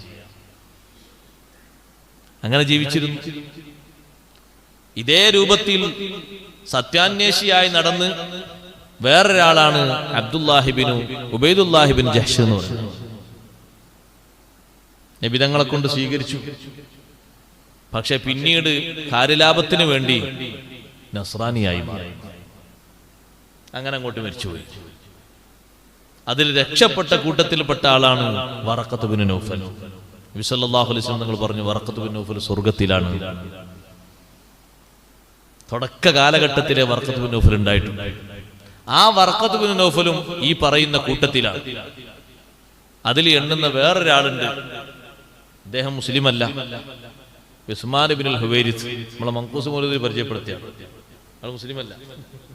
അയാൾ ഇവരെ കമ്പനിയിൽപ്പെട്ട ഒരാളായിരുന്നു, അന്വേഷിക്കാൻ വേണ്ടി പോയ കൂട്ടത്തിൽ. പക്ഷെ അയാൾ അങ്ങനെ ആ ശിർക്കിൽ അങ്ങനെ ഉറച്ചു. അന്നത്തെ കാലത്തും ആളുകൾക്ക് ഈ ചിന്തയും ഈ ബോധമൊക്കെ ഉണ്ടായിരുന്നു. നബി സല്ലല്ലാഹു അലൈഹി വസല്ലം തങ്ങളുടെ റിസാലത്ത് അവരിലേക്ക് എത്താൻ പലരും അവിടെ താമസിച്ചിരുന്നില്ല. പക്ഷെ എന്നാലും തൗഹീദിൽ അടിയുറച്ചു നിന്ന് അള്ളാഹുവിലേക്കുള്ള ഒരു ജീവിതം അവരവിടെ കാഴ്ചവെച്ചിരുന്നു. തൗഹീദിനെതിരായിട്ട് ഒരുപാട് വിഷയങ്ങൾ അവിടെ ഉണ്ടായിട്ടുണ്ട്. അതിൽപ്പെട്ട ഒന്നാണ് മുഖ്യമായിട്ടും മക്കയിലും പരിസരങ്ങളിലൊക്കെ ഉണ്ടായിരുന്ന ബലിദാനം, ബലി അർപ്പിക്കുക, സ്വനമുകൾക്ക് വേണ്ടി, പ്രതിമകൾക്ക് വേണ്ടി ബലി അർപ്പിക്കുക. അത് വർഷത്തിൽ പല തവണയായി ഉണ്ടായിരുന്നൊരു കാര്യമാണ്. അതിലൊന്നും ഈ ബുദ്ധിയുള്ള മഹാന്മാരാരും സംബന്ധിക്കുകയോ നേർച്ചയാക്കുകയോ ഒന്നും ചെയ്യൂല, അതിനുവേണ്ടി പോവുകയോ ചെയ്യുകയില്ല. അപ്പോ വമാ കുന്നാ മുഅദ്ദിബീന ഹത്താ നബഅസ റസൂല എന്ന ഈ ആയത്തിൽ നിന്ന് ഉലമാ പഠിപ്പിക്കുന്ന മറ്റൊരു കാര്യമുണ്ട്. അന്നൽ അഹ്കാമ ലാ തസ്ബുതു ഇല്ലാ ബിശർഇ. ഹുക്കുമുകൾ അത് ശറഅ് കൊണ്ടല്ലാതെ സ്ഥിരപ്പെടൂല. ഏത് ഹുക്കുമും സ്ഥിരപ്പെടണമെങ്കിൽ ശറഅ് വേണം. ശറഅ് വേണ്ട ഹുക്കുമ് സ്ഥിരപ്പെടാൻ എന്ന് വാദിക്കുന്ന ഒരു പക്ഷം നേരത്തെ ഉണ്ടായിരുന്നു, മുഅ്തസിലത്ത്. അവര് പറയുന്നത് ബുദ്ധി കൊണ്ട് തീരുമാനിച്ചാൽ മതി, നല്ലത് ഏതാണ്, ചീത്ത ഏതാണ്, ചെയ്യാൻ പാടുള്ളത് ഏതാണ്, പാടില്ലാത്തതാണ്. അത് ശരിയല്ല. കാരണം ഒരു പക്ഷെ ബുദ്ധിക്ക് ചിലപ്പോൾ നല്ലതാന്ന് തോന്നും, ശരീഅത്തനുസരിച്ച് നോക്കുമ്പോ അത് ശരിയല്ലാന്ന് തോന്നും. ബുദ്ധിക്കനുസരിച്ച് അത് നല്ലതാണ്, അതെന്നെ ചെയ്യേണ്ടത്. അതുകൊണ്ടാണല്ലോ ഹുഫ തടവുന്നിടത്ത് മഹാന്മാര് പറഞ്ഞു, ബുദ്ധിയോണ്ട് ഇങ്ങനെ ചിന്തിക്കുന്ന ഒരാളാണെങ്കിൽ അയാൾ ഹുഫ എവിടെ തടവുക? കാലിന്റെ അടിയിലാ തടവുക. ലൗകാനദ്ദീനു ബിർറഈ, അഭിപ്രായവും ബുദ്ധിയൊക്കെ അനുസരിച്ചാണ് മതം എങ്കിൽ മേലല്ല ഹുഫ തടവുക, താഴെ. കാരണം ചളിയും ഇതൊക്കെ പൊടിയുണ്ടാകാൻ കൂടുതൽ ചാൻസ് താഴല്ലേ. പക്ഷെ ഹുഫ തടവൽ എവിടെയാണ്? മേലെയാണ്. അപ്പൊ ഹുക്കുമുകൾ കണ്ടെത്തേണ്ടത് ബുദ്ധി കൊണ്ടല്ല, അത് ശരീഅത്ത് കൊണ്ടാണ്. അല്ലാഹു സുബ്ഹാനഹു വ തആല അതാത് കാലങ്ങളിൽ അയക്കുന്ന അംബിയായിലൂടെ ആ ശരീഅത്ത് ഇവിടെ നടപ്പിലാക്കും. അപ്പൊ അംബിയാക്കളുടെ റിസാലത്തും അവരുടെ പ്രബോധനവും എത്താതെ അല്ലാഹു തആല എത്ര വലിയ കാരുണ്യവാനാ നോക്ക് നിങ്ങൾ. വെറുതെ ഒരാൾ അല്ലാഹു തആല ശിക്ഷിക്കൂല. വമാ കുന്നാ മുഅദ്ദിബീന ഹത്താ നബഅസ റസൂലാ. ഞാൻ എൻ്റെ വിഷയങ്ങൾ അവസാനിപ്പിക്കുന്നു. ദുആയിലേക്ക് തങ്ങൾ വാപ്പ വരും. അല്ലാഹു സുബ്ഹാനഹു വ തആല വിശുദ്ധ ഖുർആൻ കൂടുതൽ പഠിക്കാനും പകർത്താനും നമുക്കെല്ലാവർക്കും അല്ലാഹു തൗഫീഖ് നൽകുമാറാകട്ടെ. നമ്മുടെ ഈ സദസ്സ് അല്ലാഹു തആല ഖബൂലാക്കുമാറാകട്ടെ.